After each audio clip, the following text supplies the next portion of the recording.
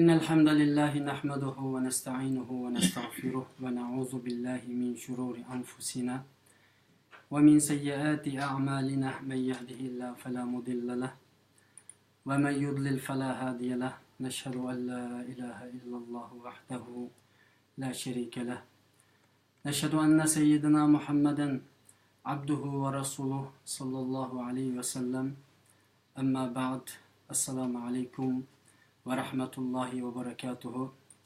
Aziz dostlar, dünyanın her qaysı joylarida muhacirat yaşayotgan Uyghur qarindoshlar. Bugün ikramımızga 3 peshqadam ve hürmetlik mehmonlarimizni taklif qildik. O'tgan qatimliq programmalarımızda bu alimlarimizning ustozlarning suhbatini anglagan edik. Bugün hem yana bir qatim bizning millatimizga, bizning qavmimizga munosabatli masalalarda bu ustozlarning, olimlarning so'zini anglash fursati bo'ldi. Albatta Alloh subhanahu va taolo inna xalaqnakum min zakarin va unsa va ja'alnakum shu'uban va qabaila lita'arafu inna akramakum 'indallohi atqakum ila al-akhir al-aya. Sizlarni biz bir onadan, bir otadan yaratdik. Ve sizlarni qabilalarga, millatlarga, shu'ublarga bo'ldik. Bir-biringlarni tanishinglar uchun, bir-biringlarni bilishinglar uchun degan oyatga ko'ra Alloh subhanahu va taolo bizlarni Uyg'ur qilib yaratdi. Hech kim o'z millatini tanlay olmaydi. Alloh bizni tanladi. Uyg'ur qavmiga xos bir xususiyatimiz, Uyg'urlarga xos bir mijozimiz ve madaniyatimiz, dinimiz bilan biz bu dünyada Allah'a bendiçilik vazifemizni ado qilyapmiz. Ammo ki qaysi tarafdan qarasak, mayli siyosiy tarafdan bo'lsin, diniy tarafdan bo'lsin, milliy tarafdan bo'lsin, naydi ciddi bir qiyinchilik chiqaryapmiz, zulm chiqaryapmiz. Bularni yengish bizning ustimizga vazifa bo'ldi ve bu vazifalarning ichida eng muhim mas'ul bo'lganlar albatta Atiulloh ve atiur rasul ve ulul emri minkum oyatiga asosan shu ishning ilgilari bo'ldi. Shu ishning ahli bo'ldi. Bo'libmi doktor, professor, olim ustozlarimiz bir millatning beshidagi, bu ummatning parchasi bo'lgan Uyg'urlarning beshidagi g'amni, bularning ustidagi zulmni ilitish, yo'q qilish uchun millat 8 soat uxlasa, olimlar 4 soat uxlaydigan, millat bir kun boshqa tursa, olimlar 10 kun boshqa turadigan darajada bir vazifani ortiq o'z ustiga oldi ve bu vazifani ado qilish uchun bugun ikrarlarda ustozlarimiz o'zining millati oldidagi vazifasini ado qilish bilan birga o'zining ilmini, bu omonatni Alloh bergan millatga sunish oldi turadi ve sunyapti. Alloh bu ustozlarimizdan, olimlarimizdan, yo'lboshchilarimizdan rozi bo'lsin. Ikramda bizningki Sharq Turkiston ulamolar birligining muavir raisi, Ma'rifat jurnalining mas'uli ve Sharq Turkiston radiosuning xizmatchisi.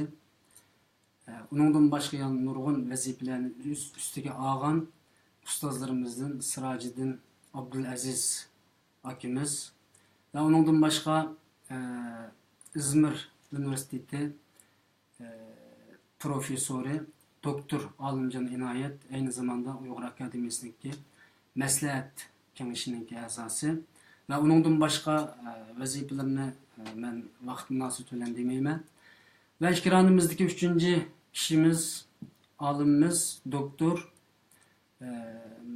Muhammad Emin A'la efendim. Bu kishi Avustraliya Uyg'ur jamiyatining raisi ve aynı zamanda Avustraliya ko'chmanlar, yani davlatlik ko'chmanlar idorasi qarashli shirkatning ishxona mas'uli.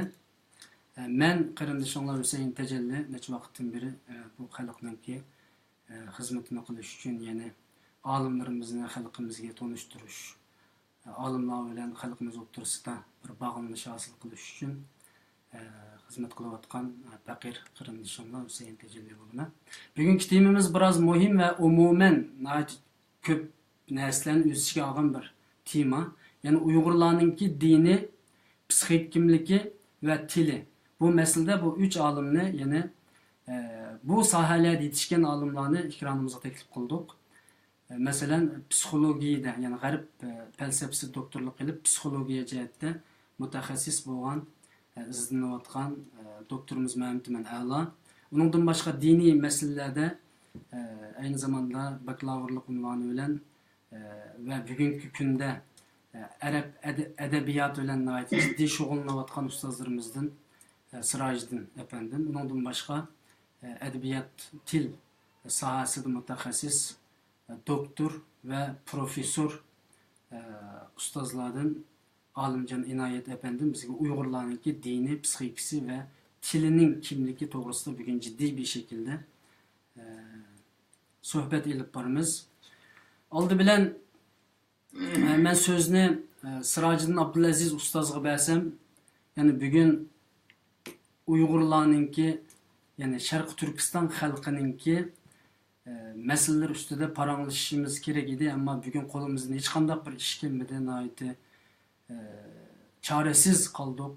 Sharq Turkiston xalqining dini meseleler ustida ciddi izlanmay qoldik. Shunda bo'lsa-mu, avval Sharq Turkiston xalqidan kirsak, Sharq Turkiston xalqining dini e'tiqodi jihatda qaysi bir şekilde mangduq, qaysi şekilde yönetildik, yani Xitoy tarafidan boshqarildik. Bugün qaysi bir şekilde qarab ketib o'tdik. Avval mushu so'zdan boshlasak va undan keyin muhojiratlik Uyg'urlarga o'tib ketsak, yani konkret ilib aytganda Sharq Turkiston xalqininki dini e'tiqodi qaysi şekilde bugungacha davom qilgan edi degan savol.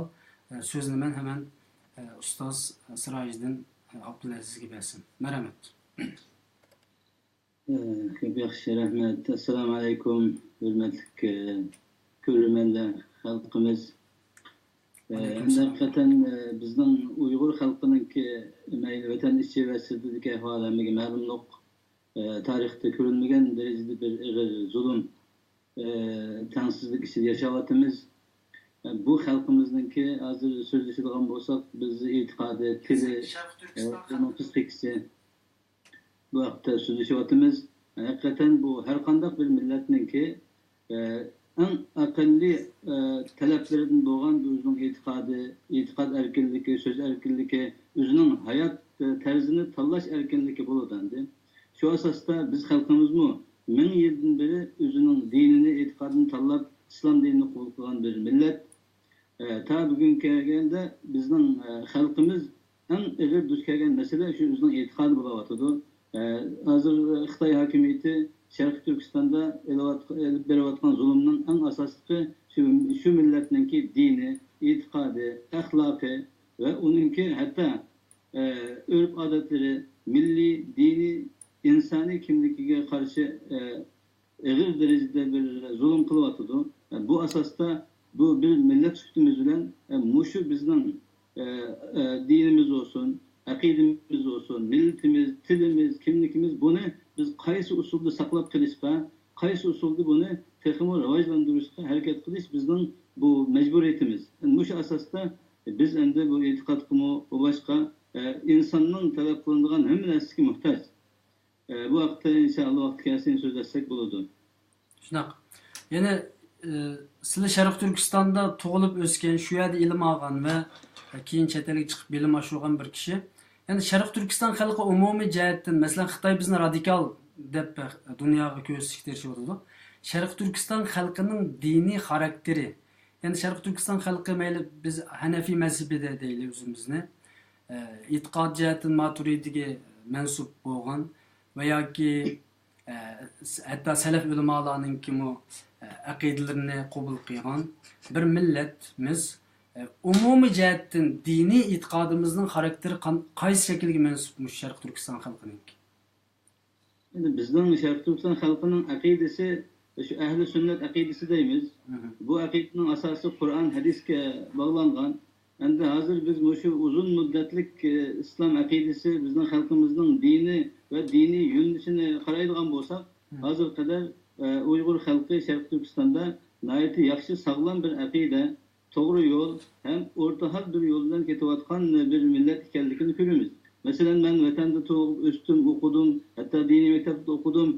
Şu vaqtida bizning qilgan ibodatlarimiz, tushunchalarimiz, aqidalarimiz biz chet elga chiqibmi boshqa dunyodagi musulmonlar bilan, boshqa millatlar bilan solishtirganda hech qanday bir o'zgarish bo'lmaganligi ve başlıcık bir farkının yoklukta mezhep cihetimi, mesela mezhep insanlar Hanefi mezhep, Şafii mezhep, Maliki mezhep değişti o. Ama bu mezheplerinin ortada az bir farkı olmasa hemisi asasen müş Kur'an hadisine asas kılan mezhepler. Şu asasda bizden halkımızın dini hakikaten sağlam bir din, sağlam itikat ama az bir kısım kişiler bazı taraflardan o tarafki bu tarafki on soğuğa vuruş terk kılıvatkan bozumu ama normal umum yüzlü halkınınki dini yönelişi nait yakşı bir şeraitte ketip bağlan. Ahval bu. Ama şu üzünün normal bir itikadını hakiki türde bir insanlık süpüde onu yaşaş, ravajlandırış ve üzünün ki bir insani hukukunu yaşaş imkaniyeti bulmaganlık için bu günlerde ne kıravatımız endi. Allah razı olsun. Ben sözüne Alimcan İnayet Efendim'e bersem, yani dinimiz İslam boğan bir milletimiz. Arap alfabetini işletishi bilan Uyg'ur til yezigida ketayotgan edik. Ammo bugungi kunda Xitoy bu yezikni ishlatmaysa deb bizga jiddiy bir şekilde Xitoy yezigini bog'layotdi. Ya'ni o'zimizning yezigini saqlab qolish nihoyatda jiddiy bir şekilde bizga vazifa bo'lib ketgan bir davrda bu yezik masalasida o'tgan qitimli programmamizda kan to'xtalgan edik. Bugun men ham buningdan boshlasam deyman so'zni. Ya'ni bir millatningki yoki Uyg'ur xalqininki yeziqining almashib turishi u millatga ijobiy yoki salbiy tarafdan qaysi foydaliliklarni yoki ziyonliqlarni olib keladi, so'zga buningdan kiraydi. Marhamat. Assalamu alaikum. Hürmetli görürmenler.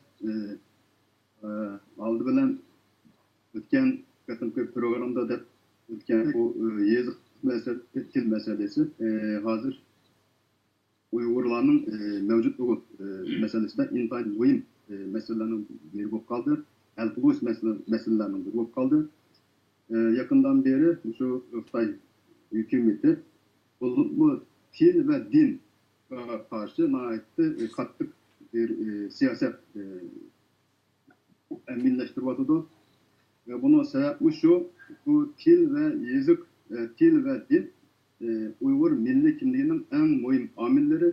Eğer bu iki nesilden, yani til ve dinden uzaklaştırılıp olsa, yaraklaştırılırsa bu milletini, milli kimliğinden bu yaraklaştırılıp olur. Çünkü Xitay asasen til ve dinge asaslık hücum nişanı kılıp til ve dinle bu yakın yıllardan beri kattık bastırış siyaseti elip veriyor. Şimdi muşundak ehval aslında muşundak halkılık ciddi kriz vaxtıda biz tilimizni saqlap qilish ve yezikimizni saqlap qilish jihatdan naitli kattık tirishchilik gösterishimiz lazım. Bu haqda naitli ciddi bir hayırlıkka duch kelyapmiz. Şuna aldı bilen tilimizni ve yezikimizni kat'i şekilde kodak qilishimiz lazım. Şimdi yezik degende nemeni gösterimiz degende yezik bir tilinin fonemlerini hatırlaydigan işaret ve şekillerinin sistemisi, işaret ve şekiller sistemisi. Şimdi bu yezik bir milletin bulup tarihini hatırlaydı, bir milletin fikir, oy fikrini hatırlaydı, bir milletin şu hissiyatını, örf adetlerini, entenesini hatırlayıp mağdığan bir sistem. Eğer bu sistemini, eğer yazıkını özgertkende bir evlat, bir nesil, bir aklı savatsız kalır diyen gep, burunku, yazıkın burunku, yazık işletken evlat ecdatlarımızın bu tarihinden mahrum kalırdı, ulandaki Uygur ve hissiyatlarının, fikirlerinin mahrum kalırdı. Şuna Xitay hakimiyeti bu 1949 yıldan keyin nurgun qattam bu şu elitde özgertishini o'tirib qo'yib şu yosh evlatlarimizni burungi ajdodlarimizning o'y fikrlaridan tarixidan mahrum qo'yishga tirishdi. Shunga bu yezni o'zgartish umuman salbiy ta'sir beradigan bir hodisa. Bunun ijobiy ta'siri bormi deganda balki qisman bir ijobiy ta'siri bo'lishi mumkin. Bu arab yezigi burun bu Cedid İsmail Gastrali vekilliğindeki Cedidçilik hareketi bu. Şu usulü kadim deb atılgan konu ma'rif tüzümünü özgertip usulü Cedid deydigan yeni bir ma'rif tüzümünü oturup koygan ve o yerda birinci bulup islah kılgan narsa şu til idi. Yani burunki Arap Faris tili asasındaki ma'rifni bekar kılıp onun yerine Türk dilini, Uygur dilini, Türk dilini asas kıldıgan bir ma'rifni oturup koyup nihayetde tez surette, tez vakitte muvaffakiyet kazanılan idi. Yani olandaki Arap yazıkını biliş ve yazış, okuş bu Latin yazıgını okuş ve yazıştın biraz teserek, biraz vakt aldığın bir elifbe dep kargan. Bu keyinki vaktlarda bu Latin yazıgını ötüş meselesi ciddi münazır kılıp bu ziyarlar arasında ciddi şekilde muzakir kılındı ve Türkiye bu yeni yazık önüge Latin yazıgı öttü. Keyinki Sovyetler zamanında mı şu 1926 yılı ve 38 yıllar arasında ulama Latin yazıgı ötken. Hazır karısak ama hazır Türk dünyasında mı hem devletler, müstakil olan devletler hem birisi köpüncüsü Latin yazıgı ötüşke başladı. Şundan aslında Uygurlar kandak kılıç lazım. Arap yazıgını sağlap kılıç lazım mı? Ya ki mesela bunu koyup Latin yazıgı ötüş gerek mi diyen mesela ciddi talaş tartıştık, tügeçlik bir mesele olup kaldı. Ancak benim özümün şahsi fikri bundan. Bizden konu yazık deb atılgan Arap yazıgımız nurgun katın islah kılınıp nihayet mükemmel bir dereceye yetken. Hazır bu yazıgımızda hiç kadar mesele yok. Bu yazıgını konuştuk tamamen buludu. Ama yeni bir zettin bu Türk dünyasında başka körendaşlarımızdan hem birisi yeni yazık ötkendiği için biz şu Türk dünyasından ayrım kalmaylı, ular bilen birli bolaylı diyen maksatından yeni yazık ötüşünü ben şahsen teşebbüs kıldım. Çünkü Uygurlar bu Türk dünyasının bir parçası, Türk dünyasının ayrım kalması gerek ve bu Türk dünyasında eğer yazık birlik gelse fikir birlik kilodu, til birlik kilodu ve kelgüsünde Uygurlar bir Türk dünyasından bütünleşip özü kıldıgan hayatlara karşı takımı dadil ve cesaretine köreş kılalaydı. Bu yani sizinki şahsi fikirleri hesaplanışına mı? Bu benim şahsi fikrim. Çünkü yeni bir zettim şu, hazır teknikana telakkılık naydı, kırıp geldi yetti. Hazır Konya'da yazsak mı, yanıyızlıkta yani Latin yazımından yazsak mı, kompüter muhitede bir hafla özgetkili buldu. Hem Konya'yızlık hem yanıyızlık özgetkili buldu. Şuna bu yanıyızlık konu meselesi burunkuda çoğun bir mesele emez hazır. Bağcetini etkandı mı, kalıganlar konu yazısını işletse, kalıganlar yeni yazısını işletse buldu da məlum vaxt. Şuna ben hazırca yeni yazısını teşebbüs kılıvatlan edeceğim. Şahsi. Rahmet, sözünü ben Mahmutimin Allah Efendim'e versem, yani aslında bizimki izdiniz sahayimizde nait muhim boğan bir pen, psikologiya pini. Çünkü bu bizden Peygamberimizin degen men arife nefsehu fakat arife rabbuhu deb öz nefsini bilgen adam yani özünü tanıgan kişi Perverdigarını tanıydı deb biz kim ismimiz Uygur dedik yani milletimizni vatanimizni Şarkı Türkistan dedik ama bizden psikolojimiz kandak bir millet bizden micazimiz DNA'mız biz hissiyatlık millet mi, hissiyatsız mı, akıl bilen iş gördüğün millet mi?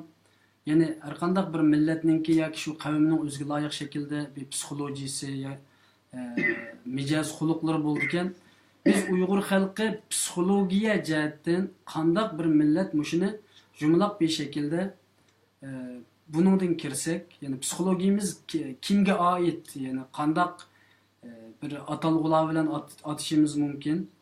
Onundan ki ben başka suallar yötkelsem deymen.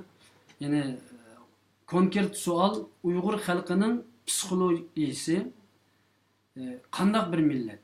Yani biz kaysı hılığı mensup bir millet. Bunundan kirsek merhamet. Assalomu alaykum. Ekran oldida ko'ringanlar. Aleyküm assalam. Kechikinglar, tushikinglar va ozg'inlikligi, atterlikinglar xeyirli bo'lsin. Endi bu savol Uyg'urlarning psixologiyasi to'g'risidagi bu masala nihoyat bir murakkab masala. Ammo men buni amalning boricha bir qisqaroq, umumlashtirib aytishga tirishman.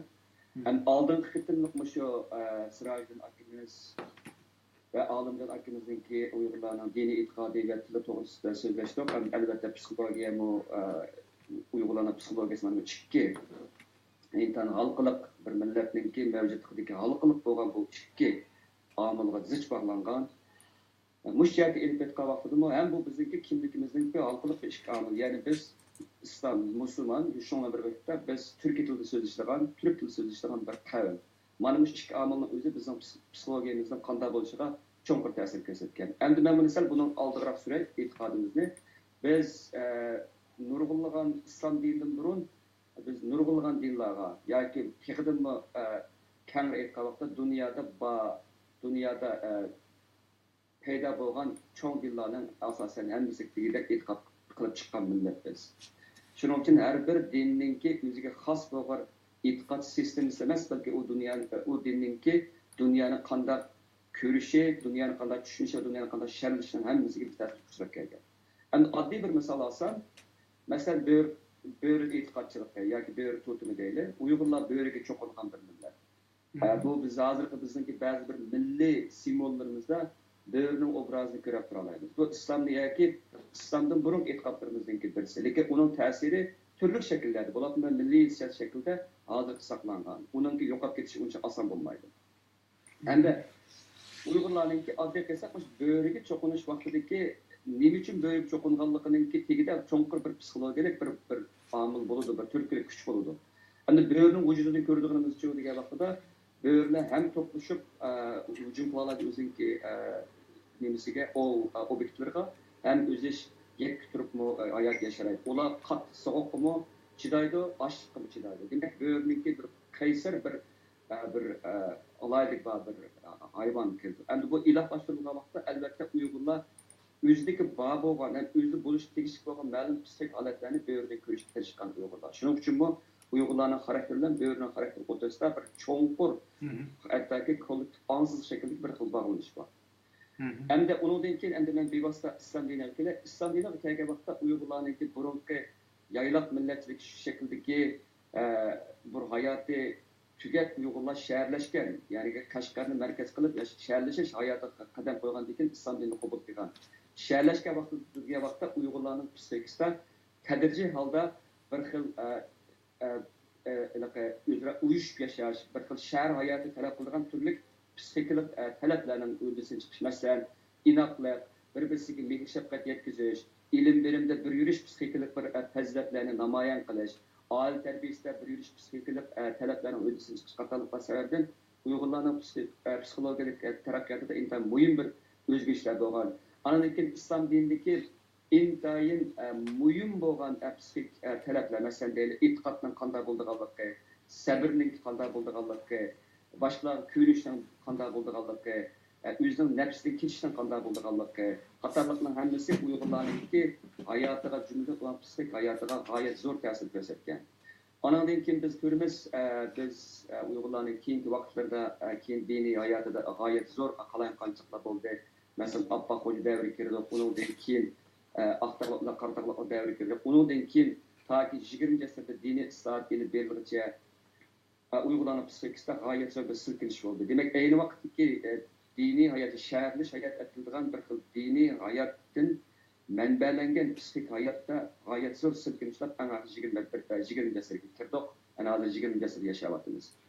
Endi bu birincisi Uyg'urlarning psixik to'g'risida deyiladi. İkincisi Uyg'urlarningki coğrafiyalik joylashishimi Uyg'urlarningki psixologiyasiga ta'sir ko'rsatgan muhim bir omillardan birisi. Endi dunyodagi mayli insonshunoslar bo'lsin, mayli psixologlar bo'lsin, mayli jamiyatshunoslar bo'lsin, hammasining bir o'rtaq bir qarshi shuki, tabiiy sharoit va ijtimoiy sharoit insonning psixikasiga qanday bo'lganligini belgilaydi deb qarayman. Endi bu jihat elbette vaqtda biz hozir dunyoning har qaysi joylaridagi Uyg'urlar o'zini yashayotgan joyda shuni ko'rdikki, Deniz boyida yaşaydigan milletler bilen tağlık rayonda yaşaydigan milletlerin psixikasida ma'lum farqlar bo'ladi. Tağlık rayonda yaşaydigan milletler bilen qumluq rayonda yaşaydigan milletlerning ma'lum farq bo'ladi. Demek çoğun cihet elbette vaqtda coğrafilik cihetden, coğrafilik alaylık cihetden üç xil çoğun coğrafilik klimat karakterlik bir bölünüşünü desek, mesela deniz boyu, yani sunun boyu, ikincisi içki kuruluşları tağının ki, yani deniz boyu tağın okusu yaşayatkanlar, anadaki çölde yaşaydıganlar. Hem de deniz boyu yaşaydıganlarına addeklik esek naiti icadiye kabiliyet imtihan güçlü, tabiatga belki reallık'a inkas qaytırış imtihan tuygun, bir narsani inchki sezadigan, yani uni ciddi inkas qaytıradigan sezimchan karakterdeki milletler deb qaraldi. Tağda yaşaydiganlarning çoğulganda bir kadar ön, hem qaysar kiradigan, hem özününki köp ballarda özünün ailesi ve insan qaraldi. Hem de çölde yaşaydigan milletler japaga chidaydigan, ama ma'lum jihatda ijtimoiy birlikda ma'lum jihatdan bir kuchli bir birlikning kamligi degandek mushkul holatlarda ifodalanib qaraydi. Endi buningki bakmi cho'ng ilmiy asosi yo'q. Ammo shunda bo'lsa-mu turli millatlarningki mijoz xarakterini kuzatish asosida yakillab chiqarilgan bir keng doiralik bir nazariyalar. Hozir bu nazariyalar bakmi moda emas. Ammo 19 asr ve 20 asrın başlarında bu nazariyada xeyli zor bozor topdi. Hem Uyg'urlarning coğrafiyasi qarasak, Uyg'urlarning teklimekanning atrofida ikki bo'stonliqlarda yashashdek munda alaylikda Uyg'urlarda hem bo'stonliq madaniyat, bo'stonliq coğrafiyasi hem qumluq coğrafiyasi iborat ikki xil coğrafiyaningki yig'ilmasidan tarkib topgan. Shu Uyg'urlarning psixikasimi nayt murakkab omillarni topa olamiz. Masalan, Uyg'urlarningki bir turğa vaqtda mesela Uyg'urlarni ziyorat qilgan barliq chet elninki sayohatlarninki hammasini Uyg'urlar to'g'risidagi bir o'rtaq qarashi, buni biz uni inkor qila olmaymiz. Uyg'urlarning bekinmachiligi, ya'ni tashqi dunyo bilan bo'lgan aloqasi intan kamlik. Albatta bu geografik joylashuv jihatdan cheklangan bir omil bu. Ammo bu ularning psixik ta'sir ko'rsatib, Uyg'urlarninki yangilikni osti qabul qiladigan, sirtqi ta'siriga bo'lgan inkosninki bir qadar kechikroq bo'ladiganligi anadaki Uyg'urlarning ichiga o'zininki qabilasi yoki o'zining jamiyatiga, o'zining urug'iga, o'zining oilasiga yashaydigandek mushunda ijtimoiy qurilmasi bor deb qarashgan bo'ldi. Endi oxirgisi qisqacha Uyg'urlarning psixikasiga yana bir muhim bir ta'sir Uyg'urlarning irqiy aloyiligi. Uyg'urlarning irqiy aloyiligi to'g'risida bular gen texnikasini asos qilgan dastlabki qadamda ba'zi tadqiqotlar ilib berildi. Hem qiziqarliqqa bu tadqiqotlarning ba'zilari Xitoylar tarafidan elib berildi. Ammo bu tadqiqotlarning ko'p qismidagi natijalarini yig'sak, ularning asosan deydigani shuki, Uyg'urlarningki 60%da Yevropa irqi aloyiligi saqlangan, 40%da Mong'oloid va boshqa Osiyo millatlarining aloyiligi saqlangan deb qaraladi. Bu nuqtadan qaragan vaqtda Uyg'urlarningki psixik aloyiligi g'oyat zo'r bir murakkablik bor. Ya'ni bu yoki Mong'oloid yoki Mong'ol va boshqa Osiyo millatları yoki irqida ko'riladigan psixik aloyilliklar biologik o'xshamaslik sababidan kelib chiqadigan psixik aloyilliklar bilan Yevropa irqidagi tamamen o'xshamaydi. Nurg'ulg'an o'xshamaslik. Bu Uyg'urlarningki psixik aloyilliklarda o'z ifodasini topgan. Shunga og'iz gapimni yig'sam, Uyg'urlarningki kollektiv bir millat hem musulmon bo'lish va turk millati bo'lish sifati bilan ularningki xarakterda ko'p hollarda qo'sh yaqinlik yoki qo'sh yaqinlikdan yuqori bo'lgan murakkab omillarningki qatnashmasi bor. Shu Uyg'urlarni aldirab yoki ma kategoriyaga yoki A kategoriyaga hisoblanmaydi. Hatto bir odamningki psixikasi hatto bir butun Uyg'ur millatidan turib tursin, biz nurg'ulg'an omillarni bayqay olamiz. Shu bu intan murakkab bir tema. Ya'ni bizda har xil odam chiqadi ekanda, biz shuni qaraganda. Her xil odam chiqadi. Shuning uchun ma'lum jihat elbette vaqtda Uyg'urlarningki bir yerga, mesela men daha çok o'ylaymanki, Uyg'urlarningki hatto Uyg'urlarningki jutbozlik, noqolandagi Uyg'urlarningki bir jut yashab qolganlik uchun bo'layotgan ish emas. U jutning ishidimi biologiyalik tarkiblar o'xshamaydi. U jutning geografik aloyiliklari o'xshamaydi.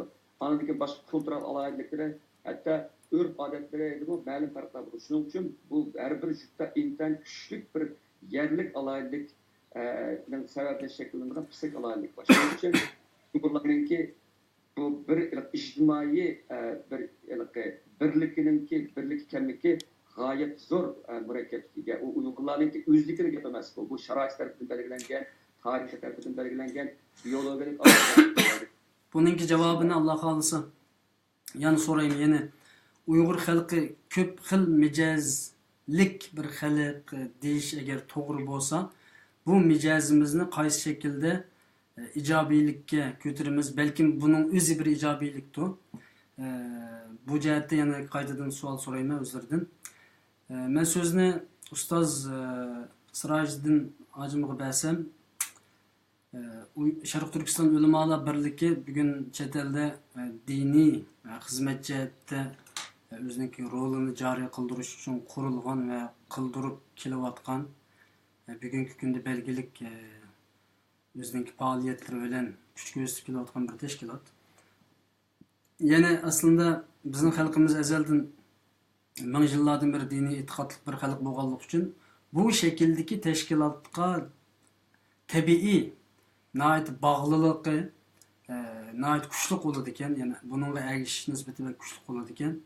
Shuning uchun bu Sharq Turkiston ulamolar birligi chet elda qurilgan tashkilotlarning ichida eng muhim bir tashkilot deb o'ylayman shaxsan. Sharq Turkiston xalqining e'tiqodi bugungi kunda Xitoy tarafidan yo'q qilinyapti. Bu eng muhim bir masala. Xuddi Olimjon Inoyat apandim deb o'tib ketganga o'xshab til yiziqqa keldi navbat. Til yiziqmi yo'q qilinyapti. Zaten psixikimiz meselesinde biraz yok kılındık deyme abay dedik mi şu apak hoca devirdi mi psikikilik bir nemek uçkuduk dep mehmetimin alakanın dep etti. Şarkı Türkistan halkının itikadını saklap kılışta bu Şarkı Türkistan ulemalar birlikininki bir en küçük bolsumu az bolsumu bir imkaniyeti var mı? Yani Şarkı Türkistan halkıga bir itikadını saklap kalacak bir müdahale ya ki vasıta ya ki bir iş hareket qilib beralımdık yoki Sharq Turkiston ulamolar birligi bunga ish qilib beralami Sharq Turkiston xalqi uchun hozirgi vaqtda? Bu savolmu yaxshi. Endi ulamolar desak, bu Sharq Turkiston ulamolar birligi qurilg'ili endi 2 yil bo'lgan bir tashkilot. Ammo Sharq Turkiston xalqining dinini, e'tiqodini, diniy kimligini saqlab qolish yo'lida bizning Uyg'ur ulamolarniki ko'rsatgan tirishchanliklari tarixdan beri nayt ko'p.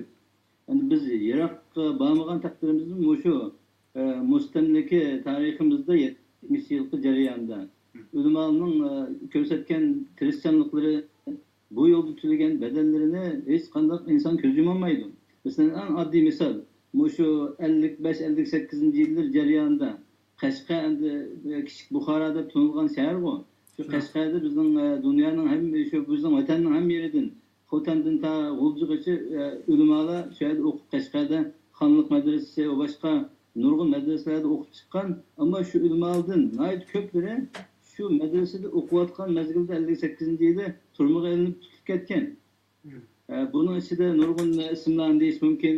Hozir hayot va Abdullaxon Maqsum ajim deymiz. Onun başka yakında şehit kılıngan Mehmet Said Amollacım o başkalar nayet köpügen ulumalar şu okuvatkan medreseden tutulganca 15 yıl, 20 yıl, 30 yıl geçe turmada yatkan ama şuna yana şu turmadan çıkıp şu halkımızın itikadını saklaş yolunda ne kadar bedel tülegen kişini gündüz ulap keç oklamay halkının dinini itikadını saklaş yolunda hareket kılgan.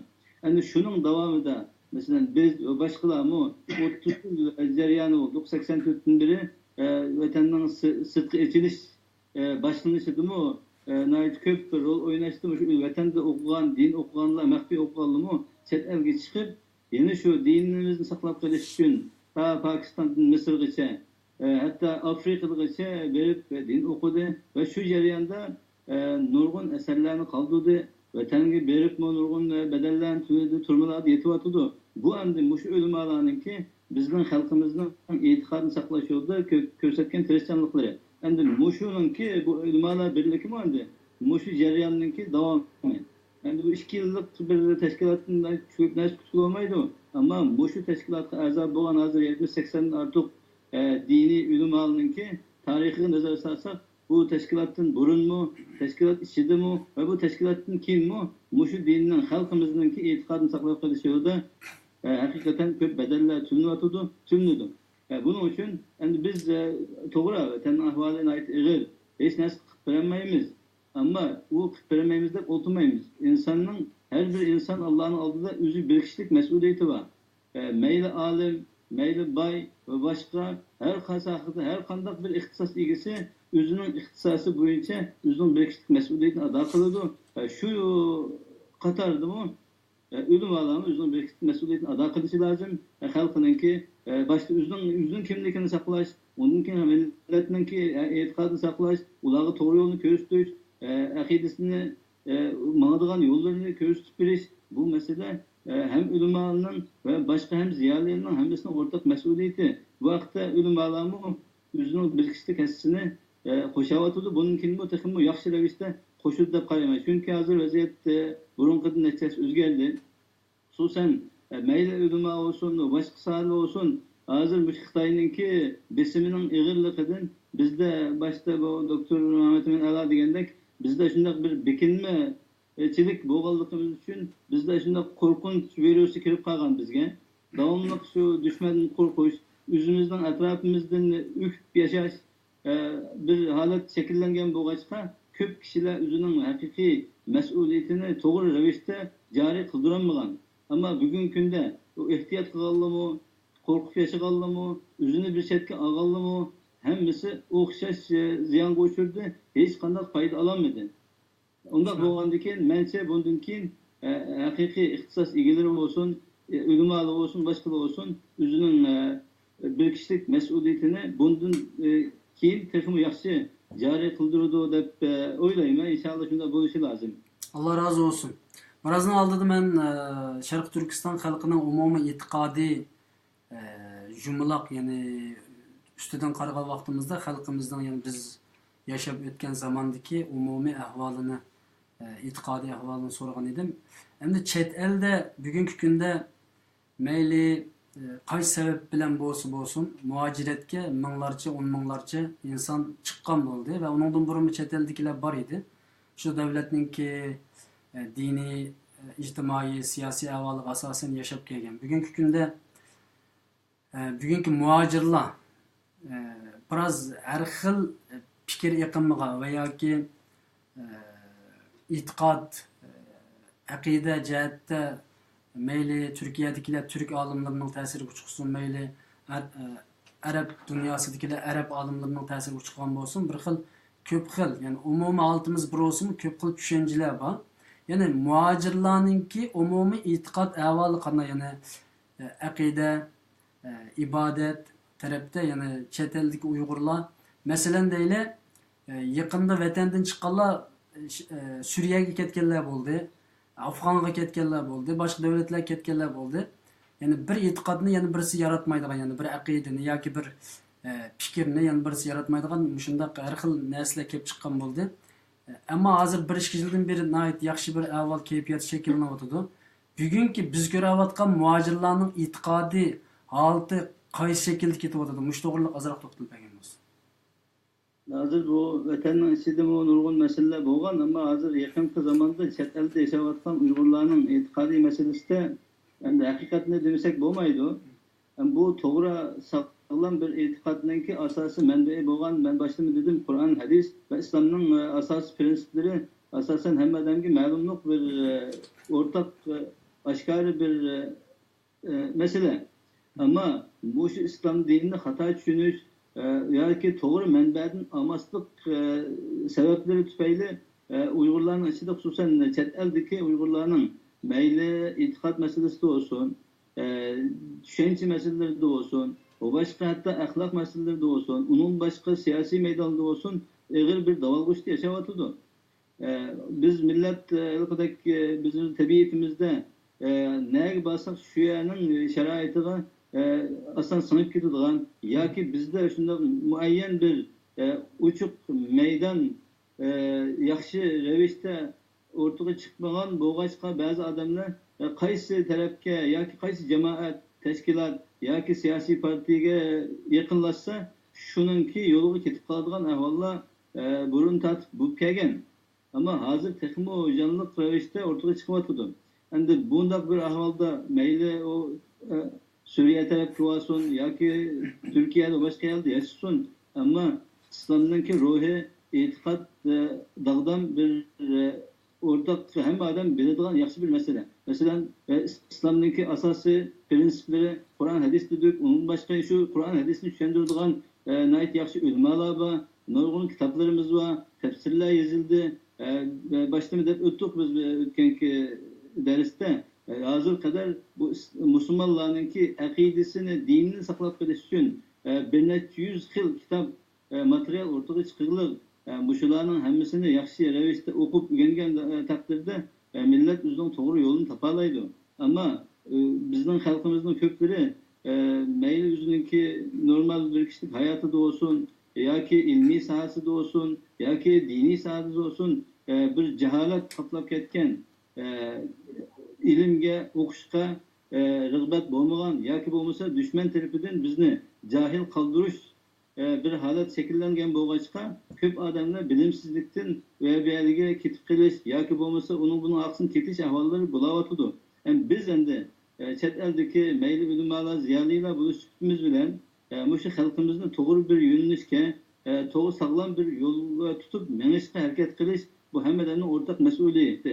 Xususan yazg'uvchilar, qalam ahli, ulamolar va boshqa sohasidagi kishilar hammasi zodi bu xalqning to'g'ri menishga tegishli yo'li qaysi, mas'uliyat qaysi, mayli o'ziningki kishilik turmushi bo'lsin, umumiy ijtimoiy oiladagi oila mas'uliyati bo'lsin yoki millat ustida vatan millatga bo'lgan mas'uliyati bo'lsin, buni tunuydigan bir holatni shakllantirish uchun shu ulamolarning va ziyolilarning haqiqiy mayli diniy mayli fanniy olimlarning qechib qutulamaydigan mas'uliyatlari bak ig'ir endi.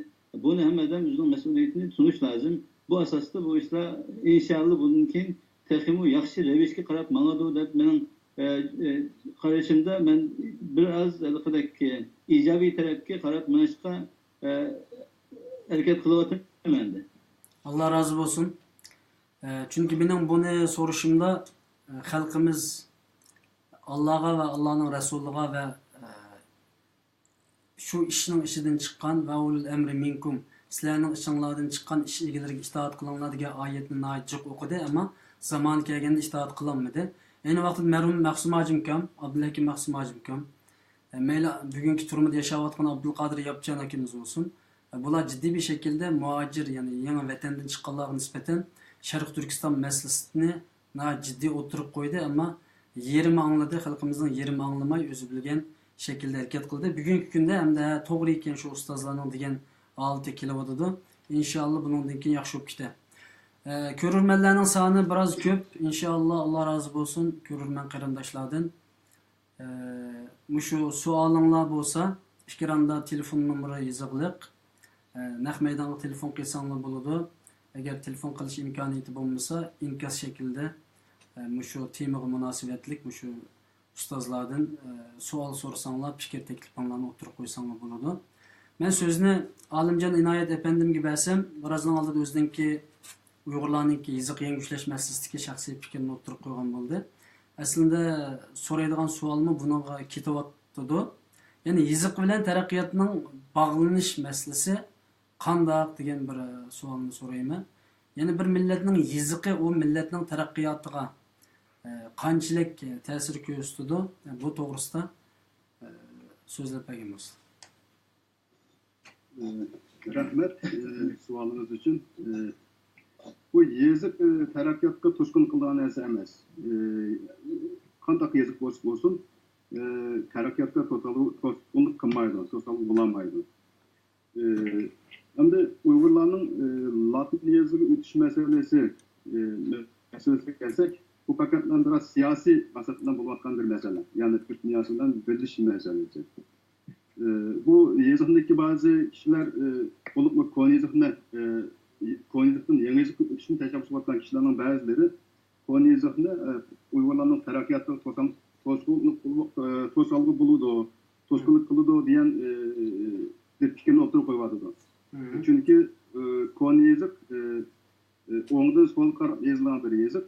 Lekin kompüter til sistemisi soldan oğun karab yazılgan bir til.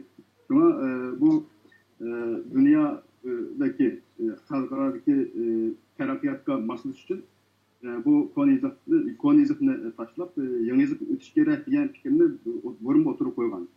Lekin bunun bir ilmi asası menençe köp yok asasen. Mesela Xitaycha qarsan Xitay yazığı mesela Xitay yazığı, Yapon yazığı bularmı Uygur yazığının tığımı mürekkep bir yazık. Yani bu Xitay yazığının yazısı Uygur konizm yazısının tığımı mürekkep ve kıyım bir yazık. Şundak olsun bu Xitay yazığı hazır Xitay'ın terakkiyatı tosalı bolatkan emas. Japonlarning yazığı terakkiyatı tosalı boğun yok. Ama bu fakat bir psikolojik bir neyse. Bazı yani belki bu yangi yazık taraftarlarının belki halkaradaki bazı yakımlarga ergişip Konya'nı biraz Konya'nın yangi ötüşte Konya'nın biraz selbiyetini gösteriş çalışanlarının bir neticesi tarafa mümkün. Konya'da menajı terakkiyat tosalı emas.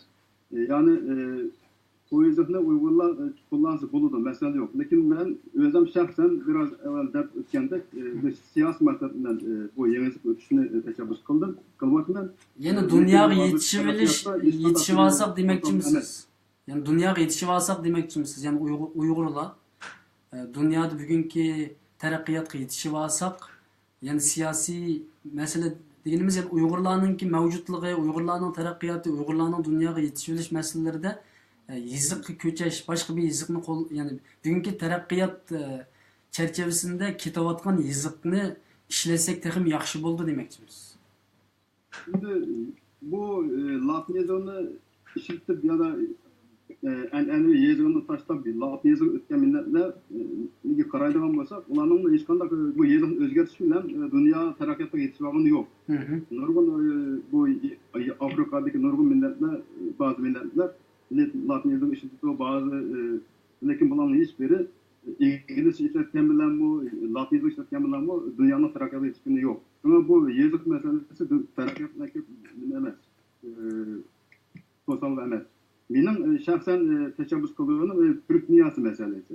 Çünkü Uygurlar Türk dünyasının bir parçası. Eğer Uygurlar Türk dünyasının ayrım kalsa kendisi de yalnız kalır diyen gap. Yalnız kalgandan bu tekimi özünü savunak, kodaş cihette tekimi zayıflaşır diyen gap. Şuna Uygurlardaki kendisi de yani uzak müddet içerisinde Uygurların çok Türk dünyasından birleşiş lazımlık var yani o Türk dünyasındaki yani Türk milletler, Türkiye bunun içinde ama bu Türkiye ile Türk dünyasından bir gevde bulalırsak özümüzün kodaş fırsatımız buldu dep oylayalım. Lakin bu terakkiyatla bu dünyadaki halkaradaki terakkiyatga marsılış için bu Koyunsan taşlap yenizip ötüş taraftar emas. Yani Şarkı Türkistan devletinin yoki Sharq Turkiston xalqining mustaqil bo'lishida qanchalik roli bor agar shu yangi yiziqqa ko'chsak va yoki yiziq yangi ushlab qolsak qanchalik rol o'ynaydi sizningcha? Siyosiy masala dedik ya buni. Şu yani hazır Türk dünyasında Kazakistan'a yakında şu Latin yazığı ötüş hakkında karar aldı. Hazır Kazakistan'da Uygurlarma bu Latin yazığı ötüşüne teşebbüs kılmadı. Hazır layiyeler tüzep kubluklaş aldı da onun da ikin Azerbaycan öttü, Özbekistan mı yangi yazığı öttü, yani Latin yazığı öttü. Tataristan ve başka bütün Türkiye haberler hepsi öttü. Uygurlar muşunda peytte eğer biz kubluklamayız Koyunca devam edilip kalsak, kendisi de bu Türk dünyasından ayrılık kılış hayfı bulundu. Çünkü bu yazıkla bir ara birlikte gelişi diyen gap, fikirde işte birlikte gelen kilo diyen gap. Yani bu burun İsmail Gaspar'la şunu diyen tilde işte ve fikirde birlik diyen bir şu an oturup koygan. Ama eğer yazık birlik gelse til birlik kilodu, til birlik gelse fikir birlik kilodu, fikir birlik geldiğinden bir güç oturup çıkıyordu. Ama bu Türk dünyası nahiyeti çoğun bir güç. 250 milyon nüfusluk çoğun bir güç. Muşundaki çoğun bir güçten biz ayrılıp kalsak bulmaydı o. bu koyizakını biz yeni işletsek oluyor kompütür muhitida. Çünkü bunundaki terakkiyatta bu koyizaktan yanızık özgertiş, yanızın koyizak özgertiş şundak asan bulup gitti. Bizge eşkanda bir tesiri, selbi tesiri bulduğu da işlemeyler. Şuna bu yani kelgisinde Uygur kılanın mustakilliği cihette ki rolü karışsak, hatta bu Türk dünyası güçlendiği vakitte, Türk dünyası belli ortaya çıkan vakitte bu dünyadaki başka emperyalist güçler, Xitay olsun, Rusya olsun, başka milletler olsun, başka devletler olsun, bir bütün olan bir bütün bir gevdek aylanan Türk dünyasına karşı asanlıkça müdahale kılamaydı. Uygurlarla bu Türk dünyasının bir parçası buluş sütü bilen taşkı cihetini kıldırgan eğer zerbillerge karşı koyalaydı da oylayman. Eğer ayrım kalsak, yani Türk dünyasından ayrı kalgan vakitte biz özümüzden kalırız ve gücümüz zayıflaydı ve bu şundak bir peytte Xitayning katı tesiri zerbisi aslında asanlıkça. Sizning o'sha jihatda uzun bo'lmay aslında bu shikoyatimiz bor. ya'ni qoyil qilish xarakteridagi material, maqola yoki asarlar bormi bu jihatda o'zlarining tayyorlagan?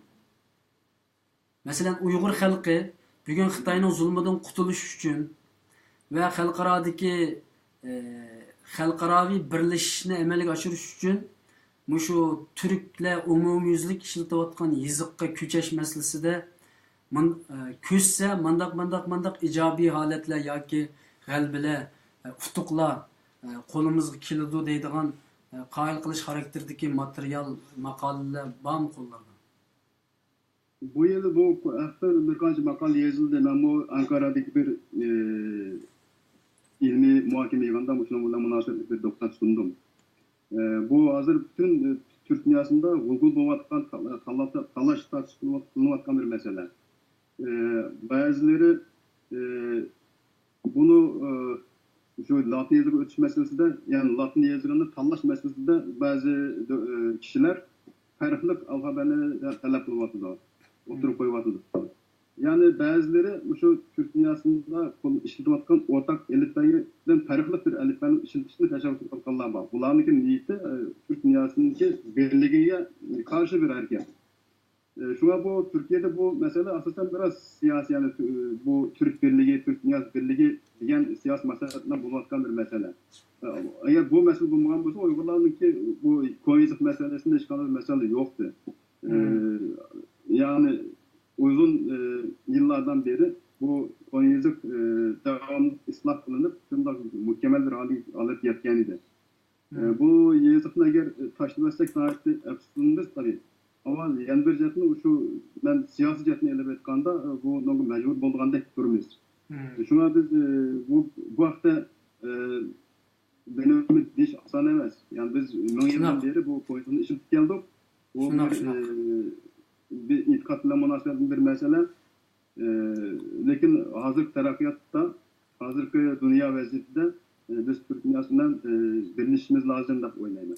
Şuna bu sözden demek unutça asan emas, to'g'ri. Chunki bunga qarshiliklar intayin ko'p chiqishi mumkin. Hem sizlar bir gap qillar, diniy e'tiqod bilan munosabatlikdilar. Shaxsan mencha bu diniy e'tiqodga munosabatlik bir narsa emas. Chunki Qur'oni Karimda bu cho'qimlam arab tiliga munosabatlik bir tilni qo'llanish kerak. Yoki arab tili ilib-basiga bilan yasalgan bir tilni qo'llaninglar degan gapmi yo'q. Faqat u bir e'tiqodiy masalaga jiq bog'lanib ketmaydi u yiziq masalasi. Masalan, nurg'un millatlar bor, e'tiqodi intayin yaxshi, arabcha hech qanday uqmaydi va arabcha yiziq ishlatmaydi. Ammo bu yiziq ko'chash masalasi, buni deyish undaq osonlam bir odam, normal bir odam deyolmaydi, ham desam nurg'un qarshilik chiqaydi. Ammo meningki deganim, agar Türk dunyosi bugun nuqul markazlik holda Türk millatini, 250 milyon Türk millatini birleştirdiğin bir büyük bir proje bilen, plan bilen muş yiziqni birleştirishdan başlayılı degan bo'lsa, albatta Uyg'ur xalqi buni o'ylashib beqish kerak. Chunki bir millat mustaqil bo'lib bo'lgandan keyin asli yiziqni asli keltirilish ehtimoli bo'ladi ekan.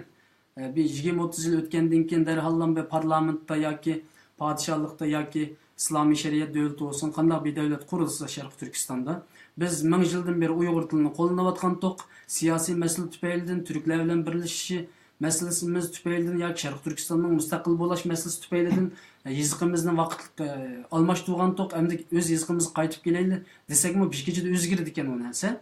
Uning uchun buni o'ylashib beqish kerak. Endi bütün olimlar uçuq fikrlik insonlar bir yerga kelib, albatta bizni qoyil qilish va haqiqat eng muhim.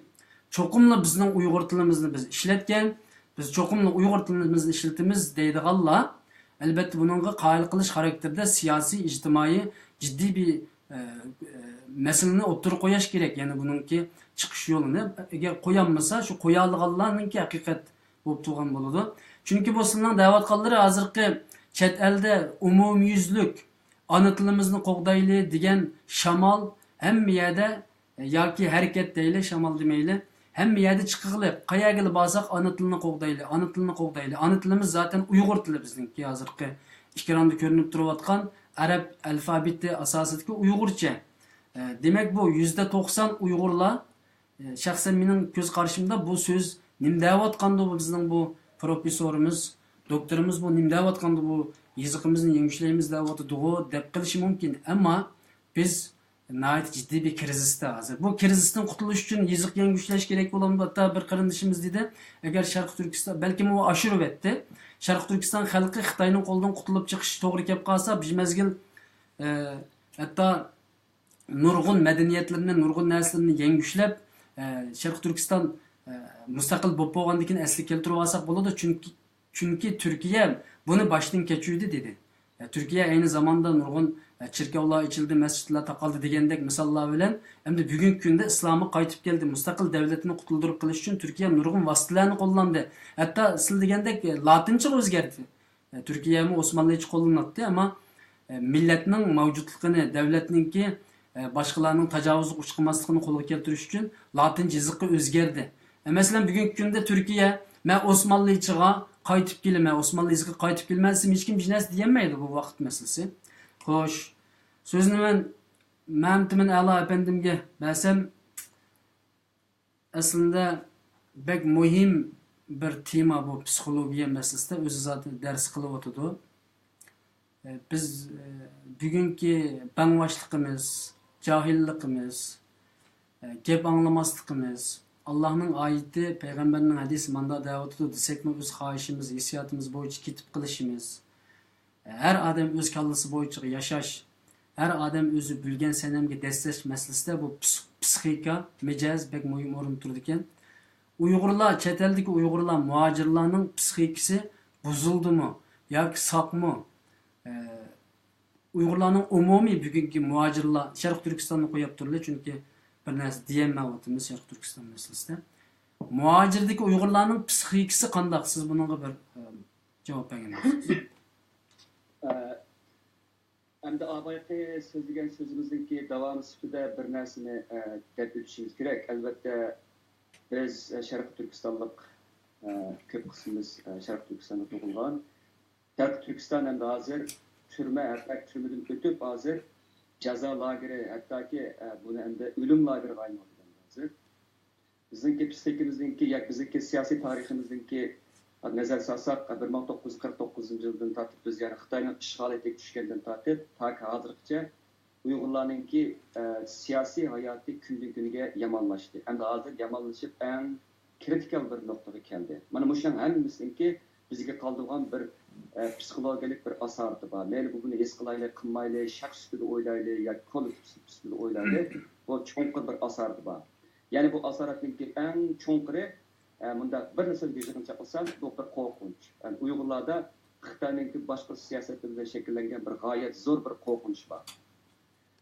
Endi ikkinchisi bu qo'rqinchdan keyin ikkinchisi o'zining kelgusiga ishonmaydigan yoki o'zining kelgusiga jazm qilolmaydigan, o'ziga bo'lgan ishonchsizlik sababdan kelgusiga ishonmaydigan bir holatni shakllandi bu. Tabiiy shakllandi bu.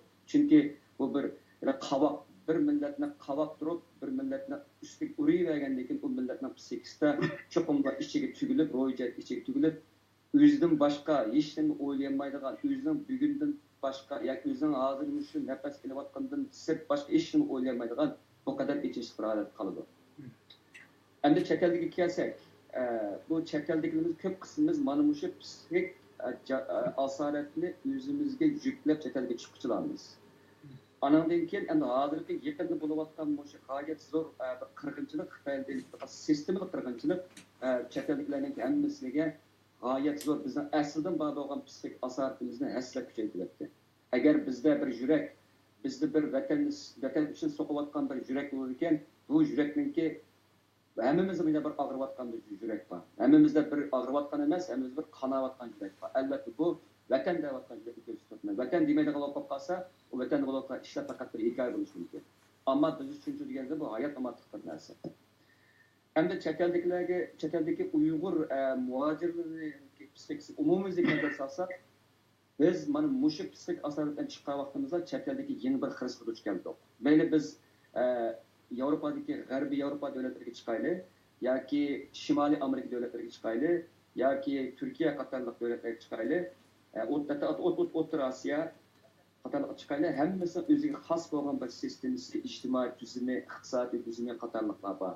Onun için biz yeni çıkıcılar boşluğumuzdan, sürgünü boşluğumuzdan bu devletlerde pütterep duruş için ne hisse güç taraf başımız gerek. Onun üstüge bizimki şu devletlerde turistlik teşkilatlarımızdaki ahvalı intihai aciz boğalık için yeni çıkan muhacir terimdaşlarımızla iqtisadi cihette, siyasi cihette demez, hatta psixik cihette kulağa bir ko'ngli yasıg'idek bir ahvalımız yok. Çünkü hemimizin ko'ngli kaygıda ama lekin bu deganlik bir-birimizning ko'nglini yasayamaymiz deganlikni bildirmaydi. Ammo bizda hech bo'lmasa bir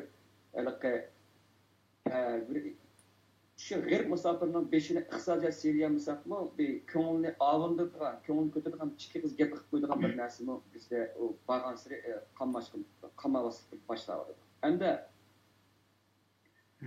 Endi bizningki chet eldagi Uyg'urlarning umum psixikasida birsi qo'rqinch yanada mavjud. Bu qo'rqinch Xitoyninki necha ming kilometr jiroqdagi Xitoyninki ana shu bizningki birsi necha 10 yillardan beri qalbimizga singdigan shu qo'rqinchning nimasi bor. Xitoyning obrazi yil ham kallamizda hukmron o'rinda turibdi. Bizning har bir so'zimizni, har bir harakatimizni yezayotganlarimizgacha Xitoyning qarsoyisi bor. Ko'p qismimizda buni his qilib turamiz. Ammo ba'zilarimiz buni albatta intayin anlık bilan yengen. Yani qo'rqinchdan biz halqib bo'lgan. Biz hatta o'limning oldiga bo'lsa-mu, o'zimizni kulib turib, o'zimizning vatan uchun, xalq uchun baralaydigan yerga borganlarimiz intayin ko'p. Bu qarindoshlar, bu qahramonlarimizni biz har vaqt bularga hurmat bildiramiz. Ammo yana nurg'un qarindoshlarimizda bu qo'rqinch ham mavjud. Bu qo'rqinchning ikkinchi bir sababi ota-onalarimiz vatanda deb o'ylaymiz. Hem muşlarınki hayata xavf yetib qolmaslik uchun biz bu yerda jim tutib berilaylik deymiz. Ammo lekin hozir Xitoyninki hozirgi vahshiy siyosat shu narsa ayon bo'ldiki, mayli biz qo'rqaylik, mayli biz qo'rqmaylik, mayli ota-onamizninki bexatarlikni o'ylaylik, o'ylamaylik, mayli biz olim bo'lib ketaylik yoki haqiqiy faqir bo'lib ketaylik, Xitoyni oldimiz baribir o'xshash. Hammamiz Xitoy uchun allburun o'lim hukm qilinib qo'yishlar biz. Faqat vaqt masalasi bor. Balki ehtimol birsimiz burun ketimiz, yana birsimiz keyin ketishimiz mumkin. Bunda avvalosida qo'rqinch Uyg'urlarniki, chet eldagi Uyg'urlarniki hal qilgan birdan bir oldin o'rin turadigan bir omil. Agar bu qo'rqinchdan hal qilmaydi ekanmiz, Xitoy kallamizda turib, elimizdan eng ishkillarida turib bizni boshqardi, bizni ezdi, kallamizni o'ldirib qo'ydi. Biz tirik mo'rdek nima pishiramiz, tomoq yeymiz, uxlaymiz, ammo hayotimizda hech bir ma'no bo'lmaydi. Bu birinchisi qo'rqinch. Ikkinchisi Uyg'urlarninki hozirgi ahvolga qarasak, masalan, ota-onalar to'g'risida yozilgan she'rlarninki, urushlarninki intan ko'payotganligini his qilamiz. Masalan, men Facebookni ba'zi ochgan vaqtimda ota-onalar to'g'risida, yurtni sevinish to'g'risida nurg'unlagan asarlarni ko'raman. Normal, bu reallikniki adabiy asar degan ko'p hollarda reallikniki inkosga qaraymiz. Uning ustiga men ismi qolmabdi, mashhur bir german siyosiyning bir gap bor. Jutun seg'inishda Türklarga hech qanday bir millat yetmaydi deyilgan. Demak, Türklarning an yurti bo'lgan muhabbet intayin cho'nqur. Bir Türk qavm bo'lish sifatimizdan biz ana yurtimizni seg'inishga tamoman haqliqmiz, chunki u bizning vatanimiz. Ammo vatanda bo'layotgan bu zulmlarninki bizga ekilayotgan psixik besimi g'oyat zo'r bo'lyapti hozir. Demak, vatanimizga so'zlashamaslik, ularninki so'zlashamaslikdan keyin ularninki turmadimi emasmi yoki yig'ilish lagerdan emas buni bilamaslik. Hattoki o'lik tirkini bilamaslik. Shaxsan men o'yamdikininki qandoqlikni o'lik tirkini bilmayman, hech qaysini bilmayman. Bilmaganga necha yil ketdi. Demak, bu xil ahvol ostida bu bizga bag'ansiri bizni tushkunlikka olib boryapti. Men buni his qilyapman, ko'ryapman. Vatanni qancha saqlangan u seg'inchimizni bosolmagan sari biz oxirida o'zimizning ichiga yuzlanadigan, o'zimizningki ichiga tinadigan avval kelib chiqadi.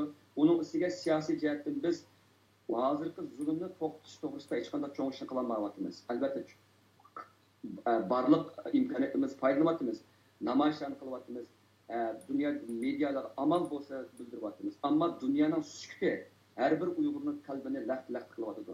Dunyo bilyapti, nima bo'layotganini bilyapti. Men Uyg'urlarning davosini dunyoga anlatib deganga andishamayman. Bunda gap bo'lma, dunyo biladi. Ehtimol odatlarni bilmas mumkin, lekin siyosatning hammasi biladi. Chunki istihbarat organlaridan medialarga boshqa yerga ola oladi.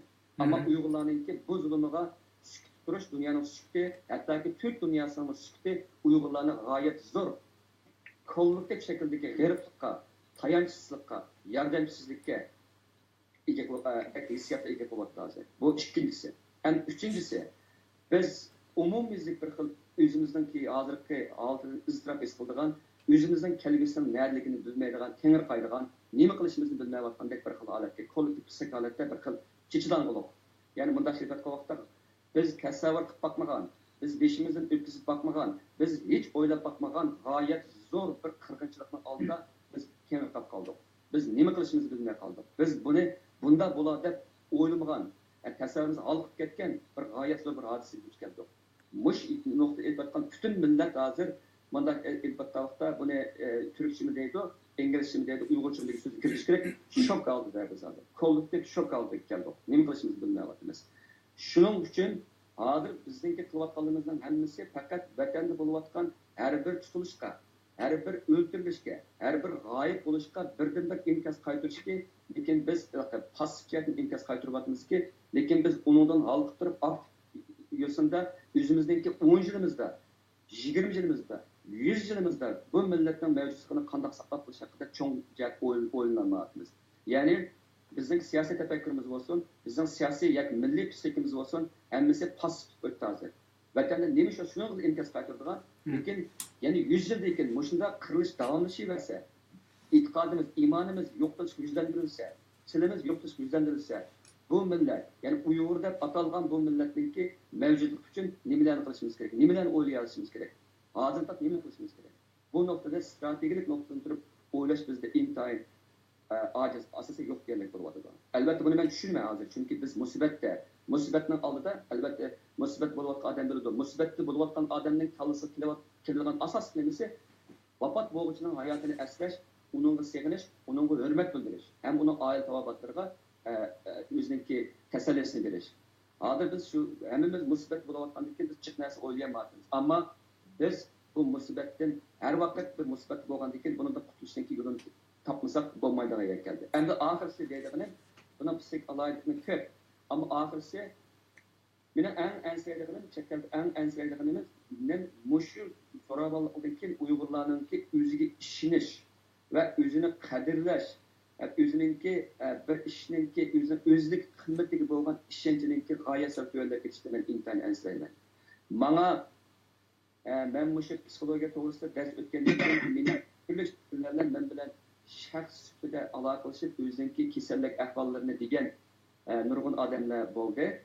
Gerçi men ularga o'zimningki bir ularga nisbatan psixikatda bir Uyg'ur bolasiftim bilan ular maslahat beradiganligim, lekin mening maslahatimni bir Uyg'urning maslahati deb hargizmi mukammal bir psixologniki, psixik doktorning maslahati deb qaramasligini jiq aytaman. Uyg'urlarda hozir biz ilgari anglab bakmagan nurg'unlagan psixik kasalliklar zo'r ham og'ir darajada ko'rilishga boshladi hozir. Buning ko'p qismi shu degan vaqtda hammasi bir qo'rqinchli shakllanayotgan paranoya shaklidagi, ya'ni reallikdan burmalangan shaklda qo'rqib turib, xuddi birisi menga yomonlik qilyotidi, meni o'ldiradi degandek shakldagi o'ylash bu bir. Ikkinchisi Uyg'urlarningki bir-biriga ishonmaslik, ya'ni ishkim deb aqlib qilishdan kelib chiqqan g'oyat zo'r tushkunlik. Masalan, boshqalar paksiz ahvolda boshqalarni ayblab, shundan bu qarindoshlarimiz jasus ishlaydi deb qarilib, jamoat sestilib, jamoatdan siqib chiqarilib, o'zi nada turishini, qanday yashashini bilmay, bu eg'ir avval qilib eg'ir buzilayotgan bu ahvollarni ko'rilyapti. Demak, abay savolingizga javob bersam, men ko'rayotgan 10 neçe yakında ben şokkandan bilen paranlaşıyotgan 10 neçe Uygurlu qarindoshlarımızın ahvaldan bir ortaqlık shuki, ular bu xil ahval ilgari ko'rilmagan. Yakında bularni o'tgan yili 3-oydan tortib o'sha Xitoyninki o'sha jallod fashist chunchongoniki o'sha vatanimizda qurayotgan jazo lagerlaridagi ahvol eg'lashgandan keyin Uyg'urlarda o'zini ilgari bilib bilmagan, ham ko'rilib boqmagan pislik qalayimqanchiqlar g'oyat zo'r yerda kuchayotgan gap. Menda buning statistiki yo'q. Sualimning asosiy negizida masalan bu buzilayotganligini shaxsan bu chet elga chiqqandan keyin shaxsan hammalar o'zimiz ko'ryapmiz. Shaxsan men o'zimda ko'ryapman, nurg'un mijozlarim, psixikalarim buzildi. Nurg'un masala, masalan hozir men qarasam, menda o'miyib turib qaraydigan bo'lib qoldim. Hatto yuz shaklimmi o'zgaribdi. Shunga o'xshagandek chet eldagi Uyg'urlar, ya'ni buni o'ngshash ehtimolimiz qaysi tarafga yuzlanishimiz kerak? Chunki bu Uyg'urlarda men bir alaylikni sezdim. Masalan, yaqindan beri bu fitna fasodlarni yo'shirib qo'ydigan ahvollarni ko'rdim Uyg'urlarda. Chunki ma'lum shaxslar ustidan fitna fasod qilindi, ammo burunqidek Facebookda, WhatsAppda taqilish nisbati yuqori bo'lmadi. Demak, Uyg'ur xalqi, ma turklarda mashunda ekan, belki ba'zi fitna fasodlarni ishtik yug'ishtirdi ekan ma jamiyatda. Masalan, Uyg'urlardimi mushundaq ahvollar bo'lgandek turdi. Ertaga inshaalloh bir odamning kendidan fitna bo'lsa, ya bo'ldi buni taqatmayli yoki buning inovatini qo'dab qolayli deb yaxshilikqa menib qoldigan ahvollarni shaxsan sezyapman. Shuningdek, muajiratdagi Uyg'urlar psixik, shaxsan mening fikrimda umumiy muajiratdagi Uyg'urlarning psixikasi buzildi, bek jiq bo'lmasam oz shaklda buzildi deb qarayman. Mushu buzilgan psixikani qaysi yo'llanishda yaxshi qilib ketalaymiz? Ya'ni buningda bir doğrunuz bormi sizningki? Birincisi, buningki doğrusu murakkab, doğrusu yo'qmi emas. Men bir qisqacha bir dey. Birincisi muhabbat. Dünyada insanın hissiyatının içinde muhabbatdan yüksek bir hissiyat yok.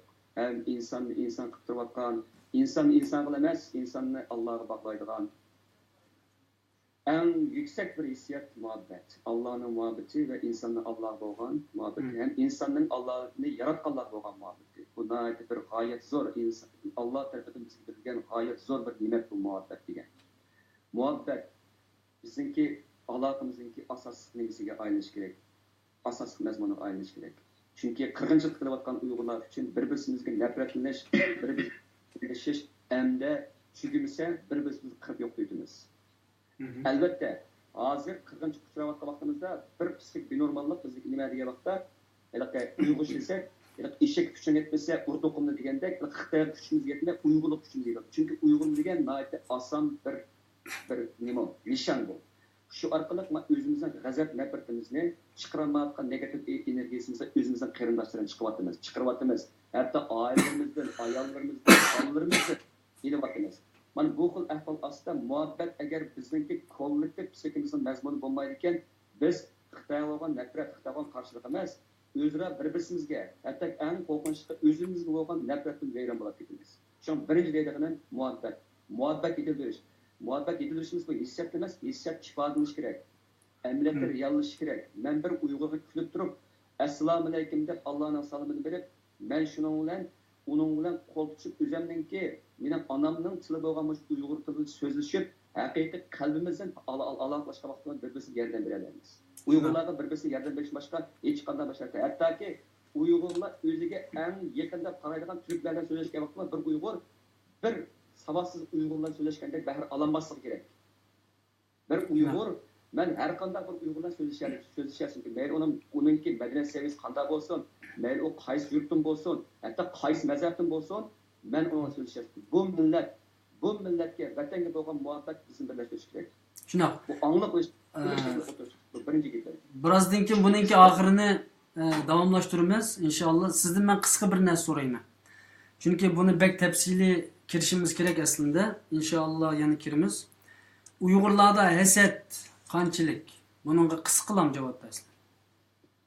Ya to'xtab turmay asvolim javob berdi. Chunki bu javob oxir chiqmay qolsa mening ma'nim hasadni muhimini sadaman. Chunki hasad degan bu ma'rif avvalidagi cho'ng bir hissiyat masala emas bu. Endi ikkinchisi Uyg'urlarningki mushada qutushdagi yana bir cho'ng bir nimasi Uyg'urlarningki Çoxum özünü uzun yıllık bir kurashga tayyor qilishimiz kerak, psixcha tayyorlik qilishimiz kerak. Biz nurg'un narsalarni yo'qotishimizga tayyorlik qilishimiz. Hargizmi Chenchuanga yo'qolib qolib qolsa, Wang Chango chiqsa yoki Jiang Chango chiqib qolib qolsa, Turkistonning vaziyati yaxshilab qoladimi degan manda sodda o'yda bo'lmasligimiz kerak. Xitoyning bizni yo'qotish siyosati 2000 yil bo'lgan siyosat bu. Bu 49 yildan keyin chiqib Sadichinni qurgandan tortib Xitoylar Uyg'urlarni yo'qotishni o'ylab kelgan. Faqat biz g'arbiy rayonlarda yaktanlikda yashab qolganlik uchun Xitoylar birlashib texnika urush qilmagan, yaktanlik ichiga kirib ketmaganmiz. Gapim qaytib kelsak, Uyg'urlar uzun yillik bir psixologiyani qilish kerak. Buning uchun hozir bugun emas, 100 yil oldin, necha 100 yil o'tdi. Agar millat sifatida saqlanib qilaman degan, buning uchun bizning diniy liderlarimiz, siyosiy liderlarimiz, milliy liderlarimiz, jamoat arboblarimiz hammasi mana shu narsani o'ylashdi. Uchinchisi, Uyg'urlarning ichidagi psixik masalalarni masalan hozir umumiylik ko'rayotgani o'ziga ishonmaslik, qo'rqinish, paranoya, tushkunlik, hatto bu dunyodan ma'nisizlik his qilib turib, hatto o'zininki hayotining ma'nisidanmi gumonlanib voz kechishni o'ylayotganligi nurg'un. Men buni anladim, o'nnecha Uyg'ur qarindoshimiz anladim. Demak, hozir biz umumiylik holda bir xil negativ psixik holatni kollektiv salbiy psixik holatlarni ijobiy holatlarga o'zgartiradigan turli shakllardagi faaliyetler, turli şekildeki derslikler ve qatarlıklarını köprek uyuşturup milletke bir ümit verişimiz gerek. Milletke biz eğer bir ümitsizlik içinde olap düşüyordu.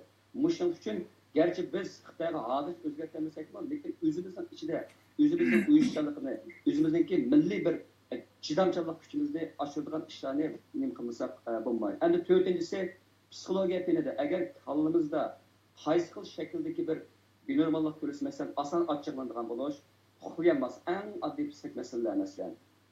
Ağzını buzuş, yoki kasarni jiq qilish, boshqa ishonmaslik, siz degandak mesela hasadxo'r bo'lish, haddidan buni hammasi haddidan ziyodanda. Normal bo'lsa bo'ladi, lekin haddidan ziyod bo'lsa kasallikka ketadi. Mushtaning hammasi bo'lgan vaqtimizda bo'lsa, bizningki masalan diniy ulamolarımizdan bir nima qilishimiz kerak, diniy ulamolarımizdan bir ma'lum bir ügüt ilişimiz gerek, yol soruşumuz gerek. Ama tekrar bu mühimi olsa psikologlar görüşümüz gerek. Yani muşunda bulmakta bizimki psikik meselelerimizni vaxtida bayqab, vaxtida bir taraf qilmasak, keyin eg'ilish ketib qolsa, buning oqibati bakma eg'ir bo'ladi. Demak, psixik bilimlarni o'rganish va buni kengri qanot yaydirish bundan keyingi qiladigan ishlarimizdanki birisi bo'lishi kerak. Men keg'idimni ko'p qarindoshlarimizniki men bilan qo'l tutishib, psixik to'g'risida nurg'un ishlarni psixik sağlamlık to'g'risida nurg'un ishlarni birga qilishni umid qilaman. Mening so'zim hozir shu. Allah razı olsun sizden. Yani hasad to'g'risida qisqacha cho'qim so'ramasam bo'lmaydi, chunki sizning his qilganlari umumiy millatning umumiy psixikasi to'g'risida ko'p narsani his qiliblar. Men bu bir narsani his qildim-da. Hasad qanchalik bizda? Mayli olimlarda, mollalarda, ziyolilarda, taliblarda, umumiy xalqda, tijoratchilarda hasadninki nisbati %90 mı yoki %80 mı ya biraz persellashtiraylik, chunki cho'qim tugatmasak bo'lmaydigan bir narsadek his qilyapman hasadni. Xo'sh. Men hamda mandada bu sizning shaxsiy savolingizga ehtimol chiqmas o'ylagansiz, hattoki o'zingizdan beshig'imi azroq mush to'g'risida ba'zi tajribalar yo ishlar kelgan o'xshaydi, ammo unaqa men hurmat qilaman. Ana bizda turli shakldagi tajribalar bo'ldi. Hasad albatta birovninki o'zi yo'q bo'lgan bir xislatli, xarakterli, adolatli va ustunlikni boshqa bir yerdan ko'rish sababli uningki shu holatlardan qabul qilinmaslik orqali ya uni qarshi tarafga zarba berish shaklida ifodalash, uni chekish yoki uni ash-alolatni yo'q shaklda ifodalashni ko'rsatadi. Endi hasad insoniyatga o'rtaq bo'lgan bir xil xarakter. Hamma millatda bor, hatto bir shaxsning o'zida bor. Garchi biz bu qadar olijona bo'lishtirsak-mu, ba'zi o'zimizning ishib ketganligi ma'lum jihatdan hasad qilganimiz, faqat bizningki bir ustunligimiz ehtimol o'zimizning hasadini yo'shirib boshqalarga olijona ko'rina olishimiz mumkin, ammo hasad yo'qolmaydi. Ammo sizning degan Uyg'urlardagi hasad masalasiga kelsak, men Uyg'urlar to'g'risida yozilgan nurg'un maqolalarda masalan Aqdam Umarligidan tortib toki eng yaqinima kimligini ko'rdim. Abdurrauf Po'lat Taklimakanininki yozgan Uyg'urlar to'g'risida shu beshanlashtirilib yozgan bir maqolasida Uyg'urlarning o'sha hasad to'g'risida to'xtalibdi. Demak, Uyg'urlarni hasadxo'r millat deb qaraydi ekan. Endi oldida shuni deyish kerakki, Uyg'urlar emas hamma millatda bo'ladi deb hasadxo'rlik. Ikkinchisi, hasadninki bir sababi bo'lishi kerak-da. Masalan, agar bu bir butun millat tarqalgan umumiylik bir psixologik bo'lib qolsa, buna bir sabab bo'lishi kerak. Uyg'urlarda hasad normallikdan sirt hamda benormal shaklda mavjud bo'lib turishi mumkin. Chunki men buni endi mandash desam, turmadagilarningki psixikasidan bog'lab tushundirayman. Agar bir turmada bo'lsak, hammamiz, masalan, 10 odam turmada deylik, bir qamoqda deylik. Uning ichida birsimizdagi guruhbay alohida muomala qilsa yoki birsimizdagi alohida xarakterimiz bo'lib qilish sababli guruhbaylarningki yaxshi ko'rishiga noil bo'lib qolsa, qolganimiz uningga hasad ko'proq qilamiz. Chunki hammamizning sharoiti ayni vaqtda o'xshash. Mayli olim bo'lib ketaylik, mayli zolim bo'lib ketaylik, bir turmada ijtimoiy salohiyatimiz yo'qdir. Faqat bir ijtimoiy salohiyatimiz, ya'ni biz mahbus. Mushunda sharoitda bir mahbus bizda ish qilib qolsa, uning haqiqatan chidamay qolamiz. Ham Uyg'urning sharoitidami hammamiz bir izlayotgan millat bo'lishimiz bilan ma'lum jihatdan turmadagi guruhlarningki psixik o'xshab nima mahbuslarningki ahvol o'xshab ketadi. Shuning uchun aramizda birsimiz yoki ikkimiz sal oldin chiqib qolsak, psixik jihatdan tangqongsizlik his qilamiz. Shuning bilan uni bo'lsa, ya uni qarlab, chillab, uni tushirishni o'ylaymiz, yoki uni boshqalarga sesib beramiz, yoki ichimizda uningga g'um saqlaymiz yoki nafrat bilan bo'lamiz. Demak, bu jihatda elbette vaqtda Uyg'urlardagi men hasadxo'rlikni umumiylik normal bir xil psixik holatdan sirt benormal shaklda men buni tushunaman. Hamda bizdagi dangliq shaxslarga bo'lgan hurmat bor. Uyg'urlar azaldan ilmlikdan hurmat qilib kelgan millat. Ammo keyingi tarixiy mezgillarda ilmliklarningki masalan Xitoylar tarafidan Uyg'urlarningki ziyolilarningki o'ziga masalan millat ziyolilarningki Uyg'urlarda kamdan kam ko'rilishi, ham ularning kamdan kam ulug'lanishi Uyg'urlarda ilmlik, fazilatlik va e'tiqodlik, iymonlik ziyolilarimiz bo'lgan o'lchamlarimizda g'oyasida bir nim qilib o'tdi, bo'lib o'tdi. Biz kimni hurmatlashni, kimni hurmatlamaslikni, kimni qahramon deb qarashni, kimni xoin deb qarashni bilmay keldik. Hozirgacha bu o'lchamlar. Endi mush sababdanmi hozir bir qo'pab oramizdagi birsini hasadxo'rlik bilan chillasa yoki abasiz degandek bo'xtonchaqlik turli medialar sistib qolib qolsa, biz hech vaqt nima uchun bu odam nima ish qildi, qaysi ishlar bunday deyilyapti, buni qaysi o'lcham bilan mushkilni silyapmiz degandek kamdan kam o'ylaymiz. Men buni yamanchiq ko'rib ketganman.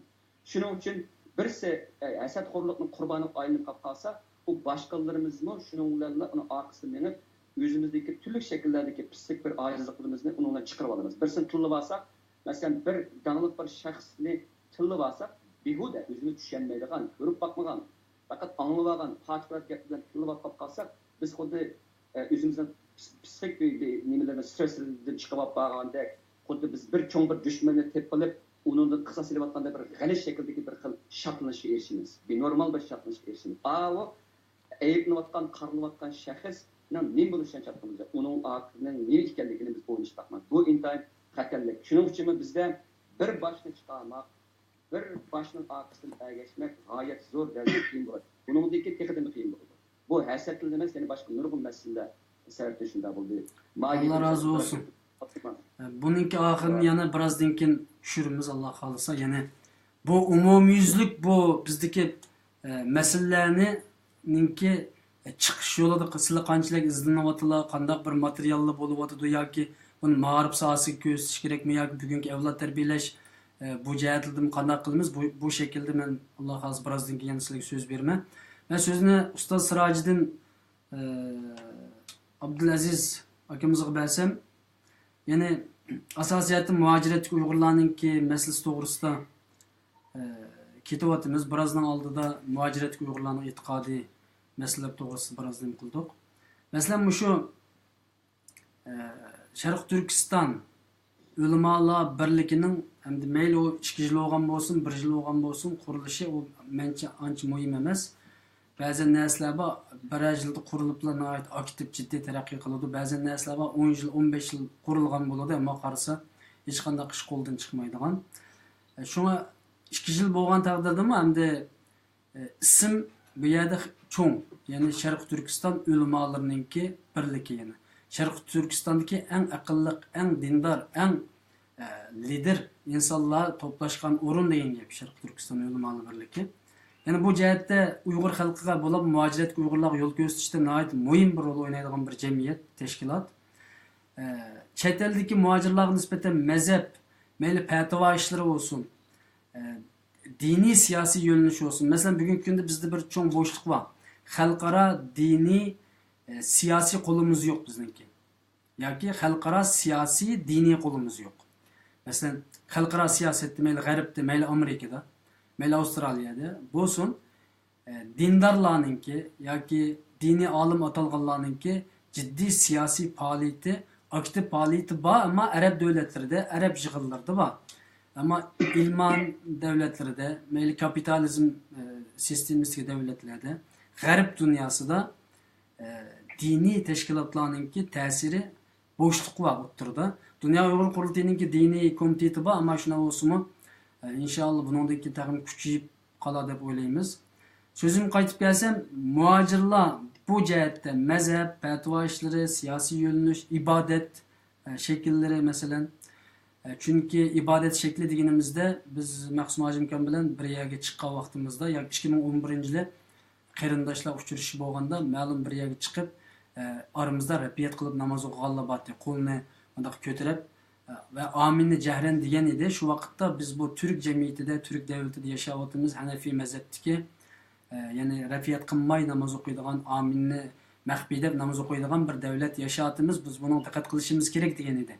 Yani bugün muhacirlar her xil namoz o'qish nemelerimiz var. Her xil aqida jihatda bek bo'linib ketmasakmi, fikrlarimiz var. Ondaki siyasi fikrlarimiz var. Yani mesela Müslümanlar, Uyghur Müslümanlar birisi deydi şeriat devleti kursak, birisi deydi xilafat devleti, birisi deydi Şarkı Türkistan İslam Cumhuriyeti'ni boğularımız kurup koyup ketken bu cumhuriyetini kursak degandek ana shunday siyasi, ijtimoiy, mazhab, ibadet şekillerde qaysi bir yo'linishga boshchilik, ya'ni bu yo'linishlarga qanday boshchilik qiladi? Buningga qanday qaraydi? Bu to'g'risida bir so'zlab bersin. Ustoz Sirojiddin Abdulaziz.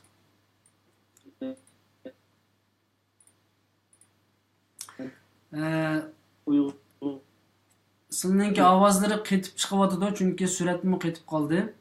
Herhalde to'g'ri surati yaxshi emas, abay uchib ketganda qayta uyg'ongan bo'ldik. Sizniki to'g'rini yana bir almashtirish to'g'ri keldi. Ya'ni qaytadan bir ichib baqsizlar bu programmamizni. Ovozlari yaxshi kelmayapti.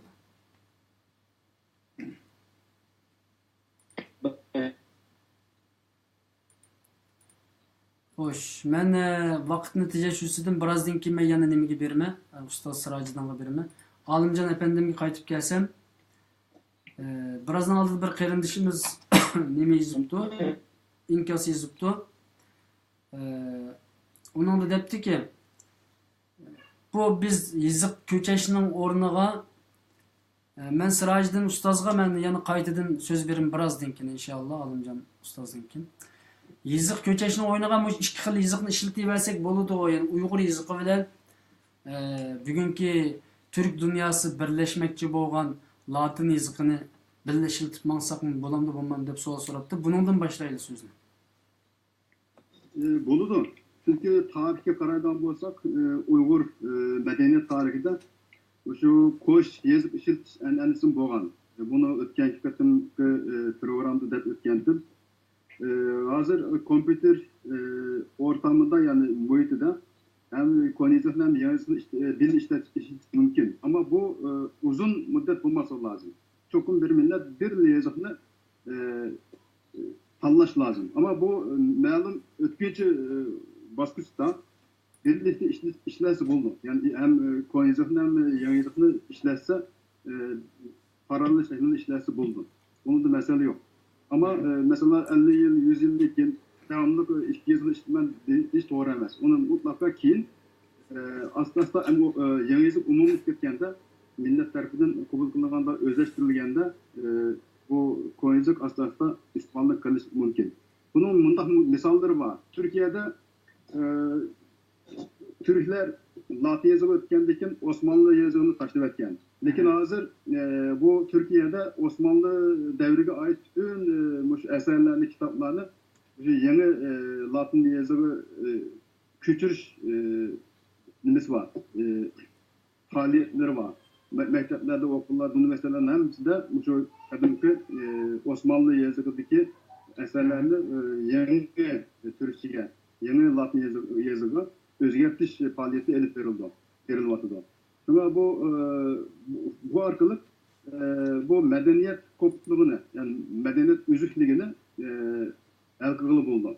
Şuna bu hazırca iki yılın içinde hiç mesele yok. Bence buluyorum. Allah razı olsun.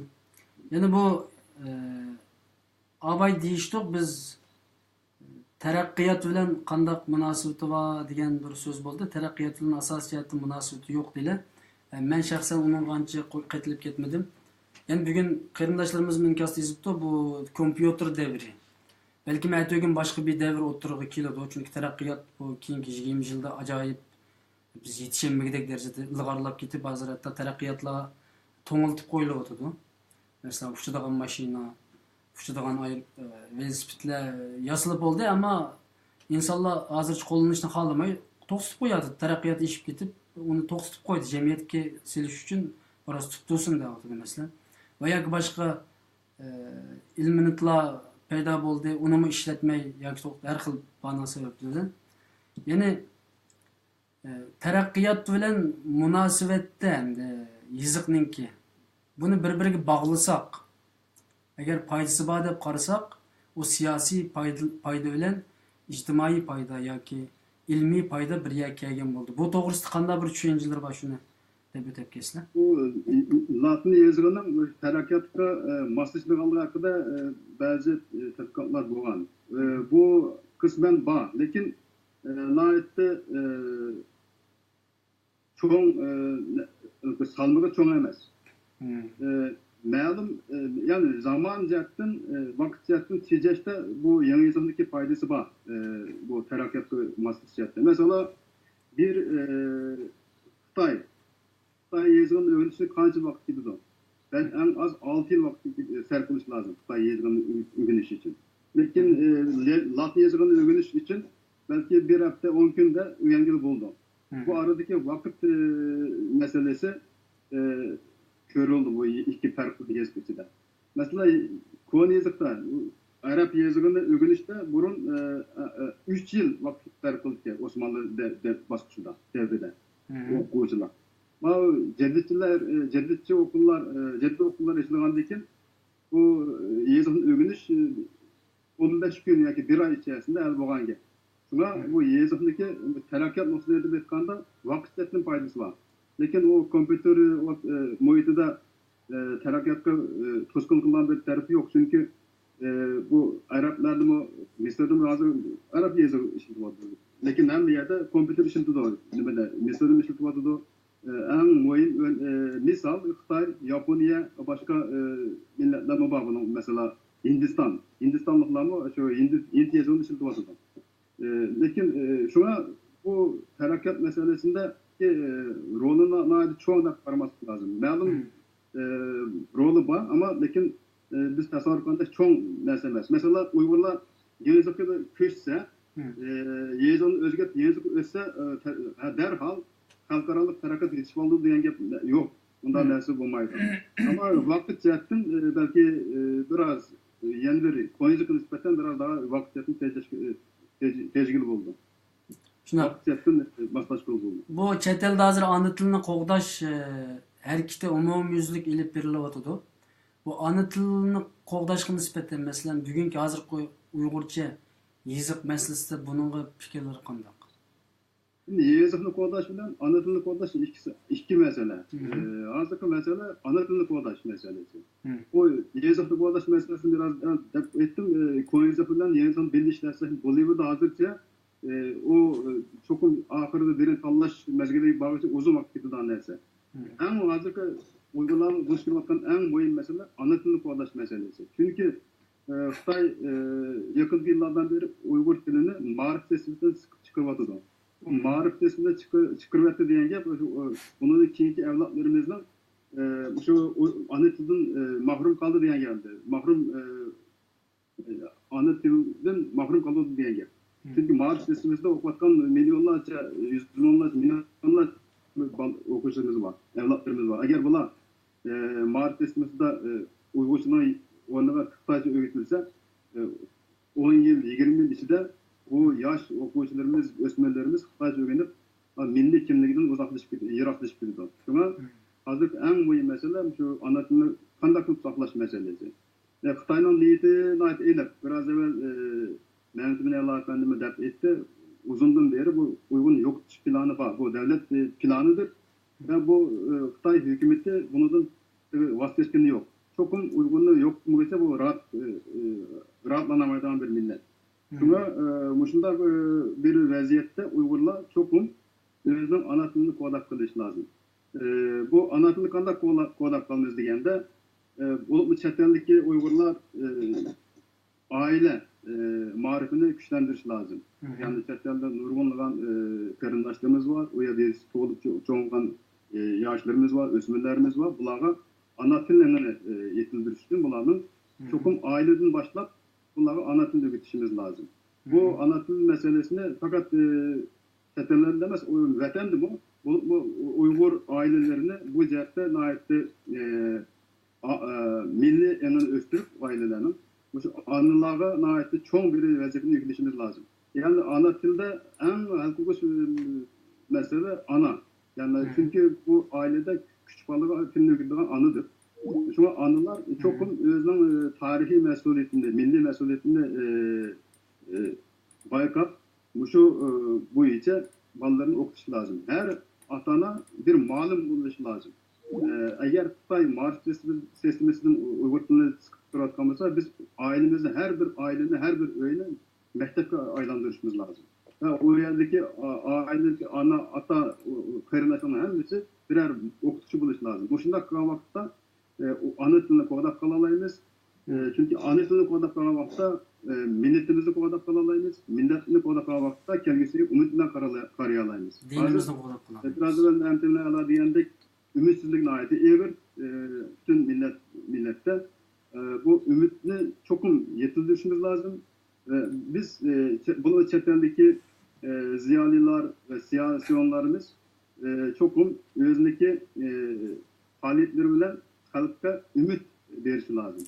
Bu mesela Xitayda Şarkı Türkistan halkı eğer bu şekilde yazıkıdın hatta tilidin ağırlık kılıç qarab yüzülüyordu da bu şekilde 10 yıl değil ya 5 yıl değil. Mesela aşında bir ihtimallık yüz verse halkımızda kandak bir alet şekilli nesli olacak.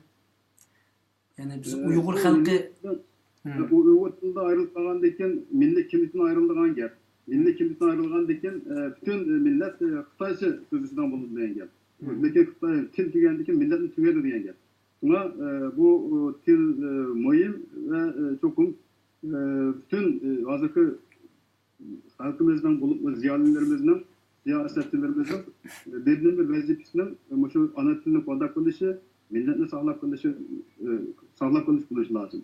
Hazırki mesele şu, siyasetçilerimiz bu müstakillik körüşü kılmatıdır. Bu 10 yıl, 20 yılda bulduğu işlemez. Bunu biraz evvel Mehmet Allah Efendimiz dep ettik. Uzun müddetli bir küreş.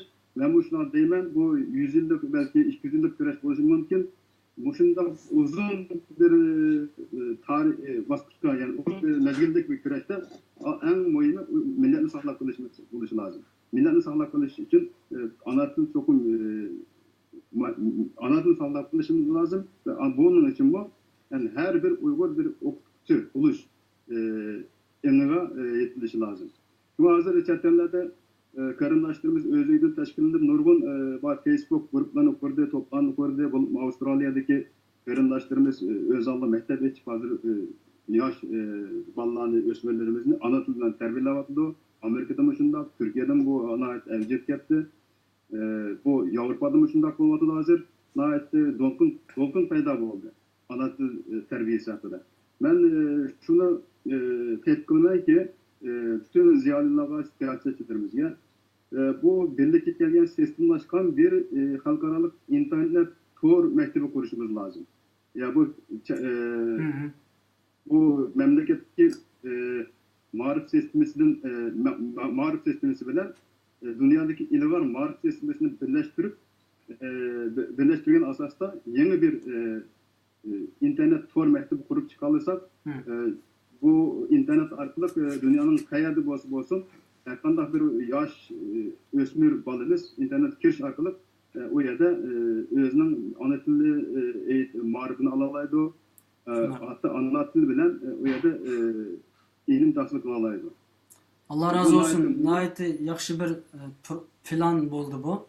Hatta bu ana tili qoğdaş urulları yoki bunun münasebetli cemaatler çokum oylaşması bolmaydigan bo'lib internet bugungi dunyoda ciddi bir mektep bo'lib qoldi. Bu meselelerini çokum şu ana til münasebetli teşkilatlar, şahslar çokum oylaşsa bo'ladigan bir mesele ekan. Xo'sh, siyasetçilerle ziyarlı olaşı lazım. Yoksa bunları sistemlaştırış lazım. Mektepler şeklinde sınıflar içi lazım. Her sınıfka bireyler, işkinlik, üçkinlik sınıflar içip dünyada yetişken akademikler olsun, okuşçular olsun, başka ziyalılar olsun, oraya ders veriş lazım. Ve sistemlaşkan 10 yıl, 20 yıl içerisinde sistemlaşkan bütün bir formatı kuralırsak bu menajın ayeti çok bir faydalı bulunur kendisi evlatlarım için. Allah razı olsun. Sizlerge yana birazdan keyin söz berme. Sirajiddin Abdulaziz ustozningki to'g'ri toz yaxshi bo'lmadi. Hozir surat biroz diqqatilib bordi. Sizning ovozlarini sinab boqayli. Sirajiddin efendim, sizning ovozlarini sinab boqayli. Agar ovozlar yaxshi kelsa, sizningki ovozlar toz yaxshi emas. Hozir mani men sizlar Skype yoki ishlatayotgan programmani o'chirib turibsizlar. O'chirib turgandan keyin men sizlarni darhol mana nimadan arayman. WhatsApp'tan arayıp sizin sözlerini WhatsApp arkalık qarindoshlarımizga yetkazayli. Çünkü internet yaxshi emas. Şu hozir sizlar şu nimadan programmadan hozircha suratlar chekinib tursin, ovozlarni men sizlarga hozir telefon qilaman. Bo'ldi.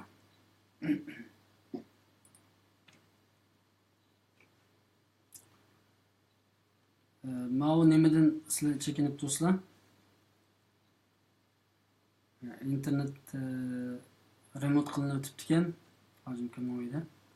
Bu arada qarindoshlarga shu gapni deb qo'ysam, ya'ni doktor Mehmetmin Ala efendim etigen saat 5 bilan qo'pish kerak ekan bu programma qatnashish uchun.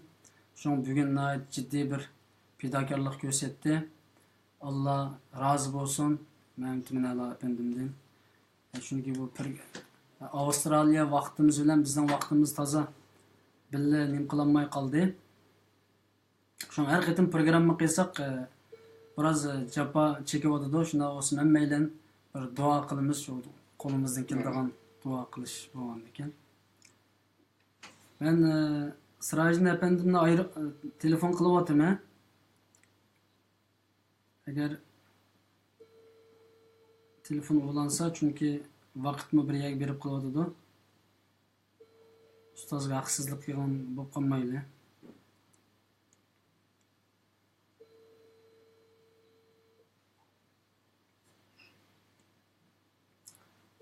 Ulanğıçarlıqda men sözni nimaga beray? Mehmetmin Ala efendimga beray. Mehmetmin Ala efendim birazdan oldidagi so'zini davom qilsa, masalan deyli. Bu psixik buzuluşunu qaysi şekilde davolayamiz ve bununla ma'rif organları, terbiyelash organları yani chet eldagi tashkilotlar qaysi şekilde bir plan proje bo'lishi lazım. Bu proje plan ustida so'zlashaylik çünkü vaktimiz asosan to'shab qoldi. 1 saat dedik 2 saatga bordi. Alimjon Inoyat efendim bir projeni o'ttirib qo'ydi. Yani ana til tor maktabi ichish projesini inshaalloh Allah yetkizsin. Buna ait mühim bir men hazır anlagan buldum. Sizning başındaki bir proje planları var mı? Bunu sizning ağızlarından anlayın. Mening bu o'xshashgan asosan men aslida qadam bosqich qilib qilmoqchi bo'lgan. Chunki oldi bilan xalqimizda psixik sog'lomlik to'g'risida ozroq bir tushuncha, savodxonada bir tushuncha shakllantirish kerak. Anadan keyin men shu psixologiya fanini o'qigan, bu yerda psixik sog'lomlik to'g'risida bir kasbni qilayotganlar bilan aloqa qilib, ma'lum bir to'p qurib, ular bilan bir cho'ngroq bir projektga masalan torbeda psixik bilimlarni uyg'urchaga tarjima qilib tunishtirish masalan. Anadan bo'lsa o'zining qo'lida turli ish o'rtirayotgan davlatda e'tirof qilingan psixologiyaga maslahat berish ijozatnomalari bo'lsa, vatandaşlarning sirga hamda shu to'g'risida maslahat berish to'g'risida. Bu shu bo'yicha men o'tgan plan, ammo bu sal uzun yilroq planti. Ammo hozir bu men bilan ko'rishayotgan mayli Facebook'dagi Messenger orqali yoki telefon orqali ko'rishayotgan ba'zi qarindoshlarimizninki ahvolini men tuqqandan keyin bu ahvolninki haqiqatan og'irligini his qilyapman. Andan keyin uni qanchalik umumiy ekanligini his qilyapman. Endi bu bir statistika yo'q ahvol ostida endi bu qanchalik odamning bu psixiyatri buzilishga kelayotganligini tushunib bo'lmaydi. Endi ma'lum bir shekil masalan mening kuzatgan yerlarim o'zim aralashtirgan jamoatninki hareketiga, so'zlarga diqqat qilaman. 100% bu eng yaxshi ish bo'ladi. Bu 100% badan harakatlarini kuzatib qilish. Bo'lmasa Facebook'dan mening qiladigan yana bir ishim aşı berilayotgan inkaslarga nimada vaqtim chiqqan, uni chiqolmayman, lekin vaqtim chiqsinlar, nimalarning qanday deyilayotganligiga diqqat qilaman. Ana lekin cho'ngroq bir voqea bo'lgan vaqtida vatanning sirtligini qanday inkas qaytarayotganligini. Cho'ngroq siyosiy inkas emas. Bu siyosiy inkaslarimiz u yaxshi ba'zi qilib chiqmaydi hozir. Ammo shaxsiy inkas, bir oilaning inkas, qanday inkas qaytaradi bular. Masalan, hissiyat jihatdan bo'ladimi? Anadan keyin ba'zi boshqa bo'lib gaplarni bu davlat bilan aloqa jarayon qilaman. Ammo umumiy jihatdan yig'sam Uyg'urlar eg'ir bir psixik bir nemaga duch kelyapmiz hozir. Endi bizni Allohga ming shukrlarki bizningki diniy e'tiqodimiz va bizningki Uyg'urligimizning ishdan keladigan bir vatanga bo'lgan bir sevginish, vatanga bo'lgan bir muhabbat va vatan uchun bir ish qilish to'g'risida burish tuyg'usi bizni tutib turadi. Ana tegidan aytsam bir hayot qilish istiki Uyg'urlarni hozir tutib turadi. Bo'laqmi vatandagi o'layotgan vaqtida vatan sirtida chuqum chiqib turishimiz kerak, yiqilmasligimiz kerak, bir-birimizni qo'lini tutib kelgusiga bildirishimiz kerak degan bir on mayli oshkora aniq bo'lsin yoki yo'shirin aniqsiz bo'lsin bu shakllanadi. Bu nati cho'ng bir qutuq shu zulmdan bizga aytgan birdan bir ishi biz zulm uchirib chiqqanligimiz haqiqat bo'ladi. Bu endi men tarixni bir bunday his qilmagan zulmdan tarixda eng qabih vaqtida o'zimiz to'g'risida eng aniqroq bir tushunchaga kelyapmiz hozir. Bu men ehtimol agar Xitoy bunday qilmagan bo'lsa, qanday bo'lganligini tasavvur qilolmayman. Bu biz uchun yaxshi bir ish bo'ldi. Ko'zimiz ochildi, endi qorong'ilik tugadi. Abduxoliq Uyg'urlar bunida dal 100 yil ilgari yig'lab turib, nolib faryod ko'tarib turib qo'ygan Uyg'ur deganini 100 yil o'ylanmagan endi o'ylanayapmiz. Shunday. Bu bir yaxshi ahvol. Buni psixik jihatdan bir xil ruhga, bir xil vatanga bo'lgan bir ish to'g'risidagi bir xil jasorat ifodalanadi. Bu cho'qim tushkunlik emas. Yana bir tarafdan bu nimaninki yana bir qarshisi qarsak, yana bir jasorat, bir umid, bir fidokorlik bo'lib yoshlardan chiqayotgan bir xil yoshlarga xos bo'lgan bir xil tavakkulchilikni ko'ryapmiz. Demak, hozir biz ikki qutblashgan bir xil birisi umidsizlanish, yana birisi yangi bir umidni tiklash yoki umid bo'lmagan yer bo'lsa majburiy aşı intan cahilane bir usulda bir ümidi tiklerimiz devatkan bunda bir yakındıkiler var. Bunu ben çok söyleyeyim bu yakındıkilerdi. Ama biz bu cesarette hayacanlık bitip mavi arkada cesaretsiz navatkalarını unutup kalsak olmaydı. Şimdi benim planımı kesen bu bir çoğurak bir yığınçak seslilik şekilde bir iş kılışımız gerek. Bunun için hem de bir torbeti bulandı bunu bir nem kılışımız gerek. Hem de benim yana bir planım, bir icraat bir planım. Men ehtimal ma'lum bir mezgil bir necha davlatni o'zim ziyorat qilish jarayonida men shu psixik sog'lomlik to'g'risida bir o'zim shaxsiy 100 tura bir kurslarni o'rlashtirish o'ylashyapman, lekin bu damallik mening hozirgi sharoitimga bermaydi. Uyg'ur tilida bo'lish kerak bu. Shuni kerak qilmoqchi, ammo uni mendan boshqa yaxshiroq qiladigan odam bo'lsa yaxshi ekan vaqtida yetmay bunda arsalda yoki shuni bir keyin surib turgan vaqtda yana biz chiqsin bo'ladi. Bo'lmay qolsa endi hozir shu dars so'zlash ve hem de bir torbeti kuruşunki tayyorlab tushish qatorliqni qilishdan cheklanadi. Ammo boshqa qarindoshimizning bu jihatda talab taklif bo'lsa uni anglashni yaxshi xohlayman. Allah razı olsun. Yani bu jihatda albatta sizlar xizmat jihatdan aldirash aslında. Bizim şu nurg'un ishlarni qilib bo'lolmay kelyapmiz. Şoň Alimjon Inoyat efendim bilen sizinki bu jihatdagi fikrlerini albatta boshqa jamoatlar, boshqa tashkilotlar, boshqa ziyolilar, ilm egalari jiddiy o'ylanishi kerak deb o'ylayman. Alloh hammalardan rozi bo'lsin. Siraj Najim kan bilan jiddiy bir xat yozishib qilyapmiz. To'g'ri toz yaxshi bo'lmaganlik uchun to'g'ri bir aloqani qurolmayapmiz. Şoň men ikkiningki oxirgi so'zini olsam u vaqtgacha Siraj efendimninki nimasi ulansa sözünü alaman. Bulanmay qilib qolsa buningki boshqa amalni izlab boqamiz. Şoňa Alimjon Inoyat efendim sizlarning oxirgi so'zlarini olaman. Ya'ni shu til yiziq masalasida millatga deydigan qandaq bir yo'l yo'riq yoki ko'ngil so'zlari bor.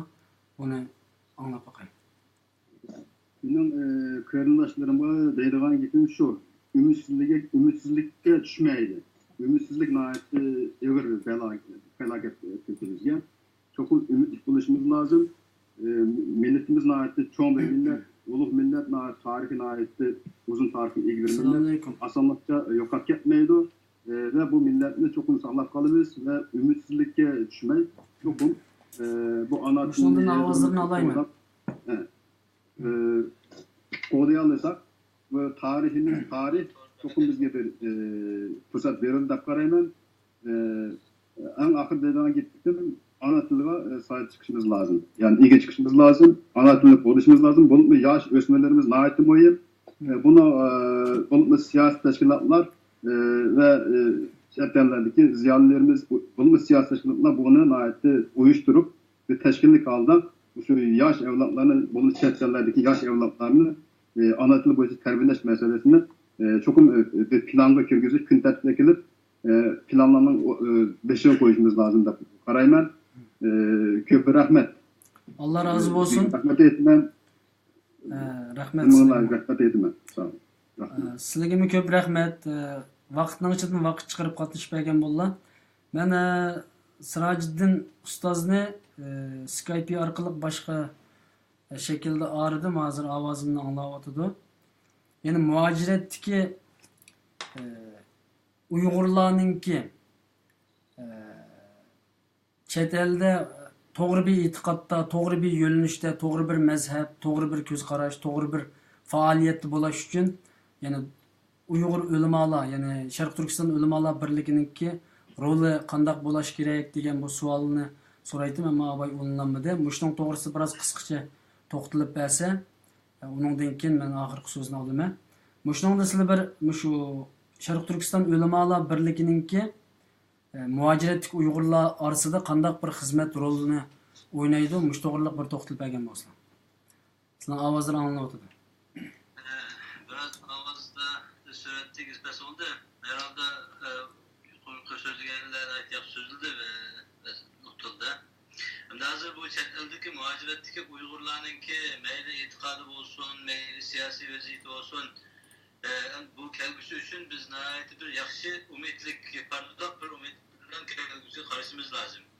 Emniyette vatandaki bu ahvalının ne kadar ağırlıkı karmaysak antiki ahval burunqıdın neçesi uygulaş millet üzerinden beşini resmi götürüdüğün bir silkiydiğin ahval ortaya çıktı yani. Bu ahvalda hazır kararsak mayli Avrupa'nın tatip Türkiye ve Orta Asya ve başka yerde bu bütün insanlar üzerinden evlatlarını yaxşı okutuşu ketip atıdı. Halkımız hakiki türde bir mağaripten de hemen bolsa, ilim ehlileri köpeyse elbette bu işin kilitli inşallah. Zulüm kança ağır boğan bilen, kança ağır zulüm buldu, bu kelgüsüdeki bir upukla nurunun bişaretendi. Kur'an-ı Kerim'de bu inne ma'al usri yusran degan ayet var. Her kandak bir kıyınçılıkınki asallık buludu. Zulmetinki nur buludu. Bunun için halkımız dini cihetin olsun, siyasi cihetin olsun uygulaş karab menuatıda bunun itekleş meselesi, doğru yönlüş karab elipmeş meselesi. Bunu da inşallah hazır halkımızdaki en mühim olan meseleler. Asasen Türkiye'ye merkezli şivatımız biz çet eldikilerinin yakın bir. Hem de dünyadaki ahvalda mı hazır cemaatleşik karab ketip vardı. Teşkilatlar mı bir mesela yakında Şarkı Türkistan Teşkilatlar Birliği degan bir birlik kuruldu. Bu neçe teşkilatın birliği terkip etken. Biz bu ulamolar cemiyeti onun a'za. Onun sırtında şu ma'arif işlerini terakki kıldırış için yeni 6-7 cemiyet birliğinde bir birlik kurulup bu asasda biz halkımızdaki bir taraftan ma'arifini güllendirişke, yeni bir taraftan siyasi meydanlarda hareket kılışka, onunkin ictimai turmuştumu, hayatımı nurgun meselelerine muhtaçız. Yani hatta bu yalnız bizden bir milletin yalnız itikadı, yalnız ürpatı, yalnız siyaseti bilen olmaydı bu işler. Şununla münasebetlik nurgun meselelerini hal kılışka doğru geliyor. Bizden ırkdaki tilini saklaş gerek, dinini saklaş gerek, bu saklaş bilen olmaydı. Bunu kaysı usul saklayımız, sistemine karşı bir hareket kılışka doğru geliyor. Birazdan aldı zade bu iş gelen del mana bu şu meseleni sözleşti. Sizler tordan üzülüp gidip kallar. Yani qanday qilishimiz kerak degan masala. To'g'ri. Xo'sh. Hozir qanday qilish kerak deganda biz shu burasida deyilgan masala millat o'zining istiqboli uchun umidsizlik ulanmaslik kerak. Hozir ko'p insonlar yaqin beri bu hozirgi ahvoldan burunmi 1-2-3 yildan burunmi xuddi ko'p insonlar o'zining bu hayotdan umidsizlanib hatta o'zining oila bola-chaqalariga ega chiqmaydigan uni tashib o'tadigan ahvollar ko'rilgan. Bu endi mayli bizning dinimiz bo'lsin, mayli insoniyatda bo'lsin, bu akıl qabul qilmaydigan bir ish. Biz zaten o'zimiz mas'uliyatimizni ado qilishimiz lozim. Prensip jihatdan bo'lmasin. Har qanday bir inson bir oilaga mas'ul ekan, o ailening hamma ishiga mas'ul. Hadisimiz ayet iniq bunda. Her bir inson bir padişah o'xshash, her padişah o'zining padişahdan mas'ul. O'ziniki nimalardan bakılgan qo'ylari olsun, ailesi olsun, neyse olsun. Shunda bir mas'uliyat tuyg'usi bizda bo'lish kerak. İnşallah bununkin bulundu bu mesele. Şunun için biz birinciden mağarifimizni güçlen medeniyetimizni, örf-adetimizni saklap kalsak, hatta bizim örf-adet, medeniyet, til meselede mi saklanatkan köp meseleler var. Biz hiç olmasa biz yaşavatkan muhit, bir yaşavatkan cemiyetteki insanlarınki yaşaş karakteri, örf-adeti, medeniyeti ve şuna okşayan kılgan işlerde biz onların örnek edişimiz lazım. Mesela Türkiye hazır dünyada terakki kılan devletlerden birisi. Meyli til cihette olsun, örf-adet cihette olsun, teknik cihette olsun, hatta bu şu medeniyet, sanat dumuna ait köp terakki kılan bir devlet yaşavatımız.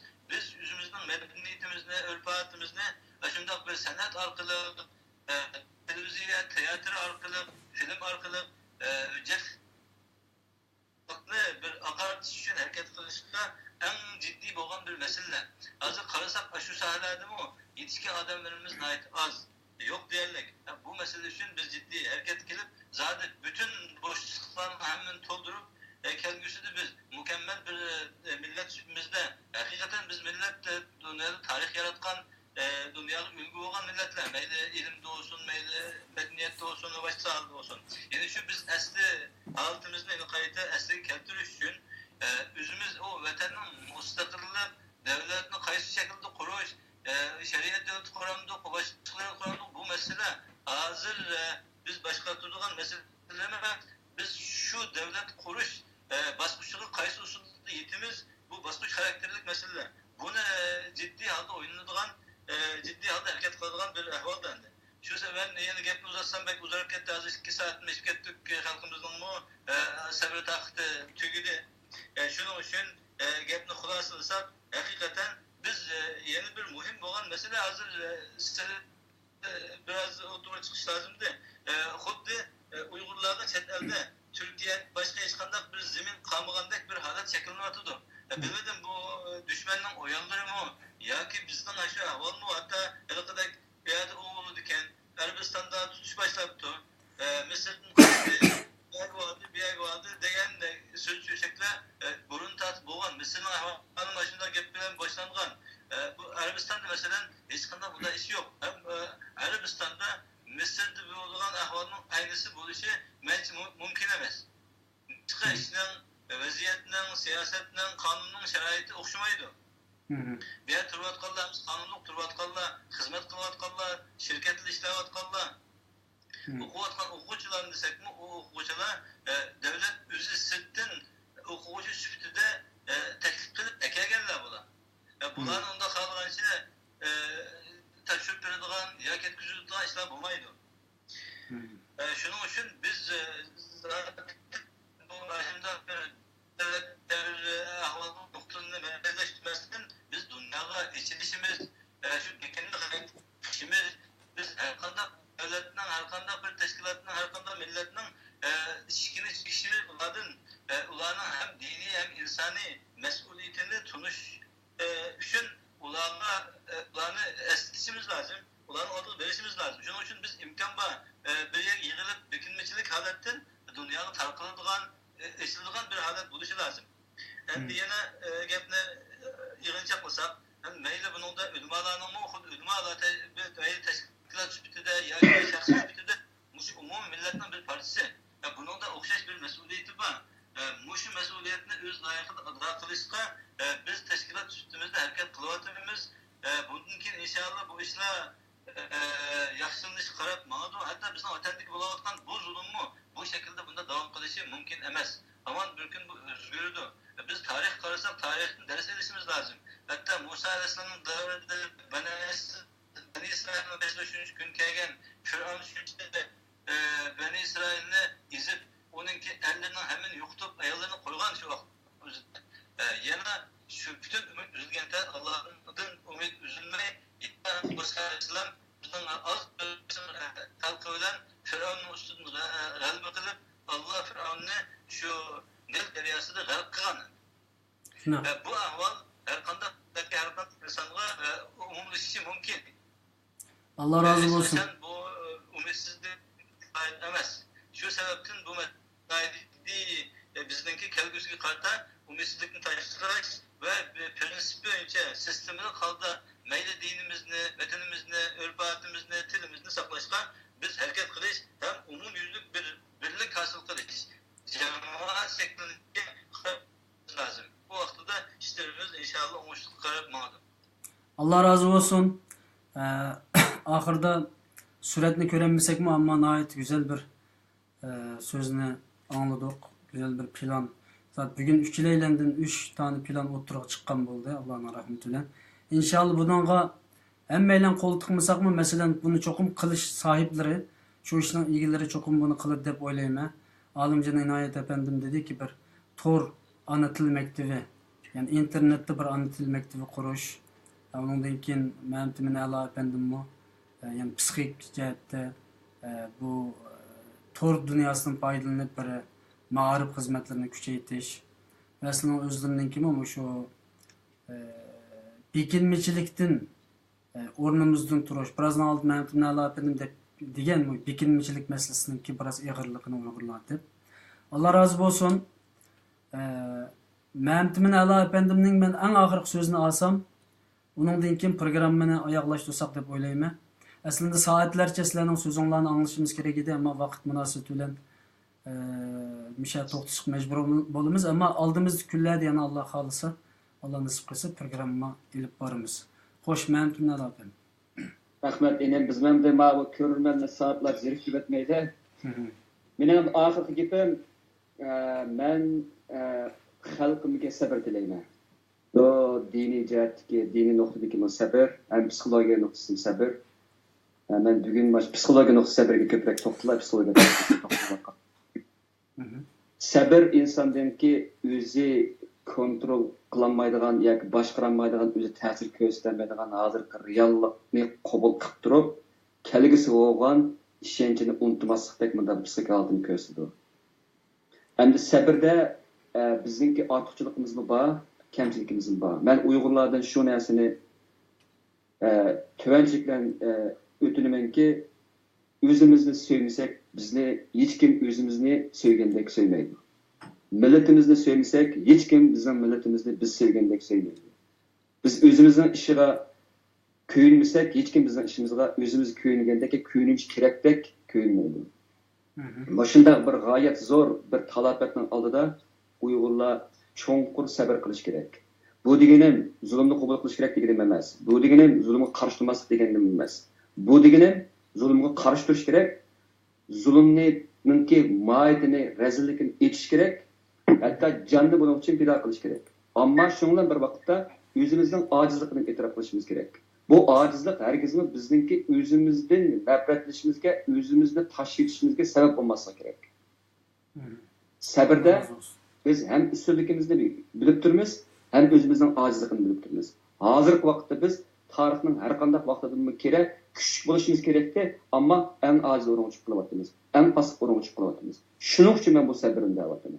Sabr bizga shunday bir fursatni berdiki, biz mush ojizligimizdan hamon kuchlikka o'zgaradigan mushunday bir umid yo'qotmasligimiz kerak. Agar bunday bo'lmaydi ekan, bu zulm mushadiki vatandikini supurib ketadi.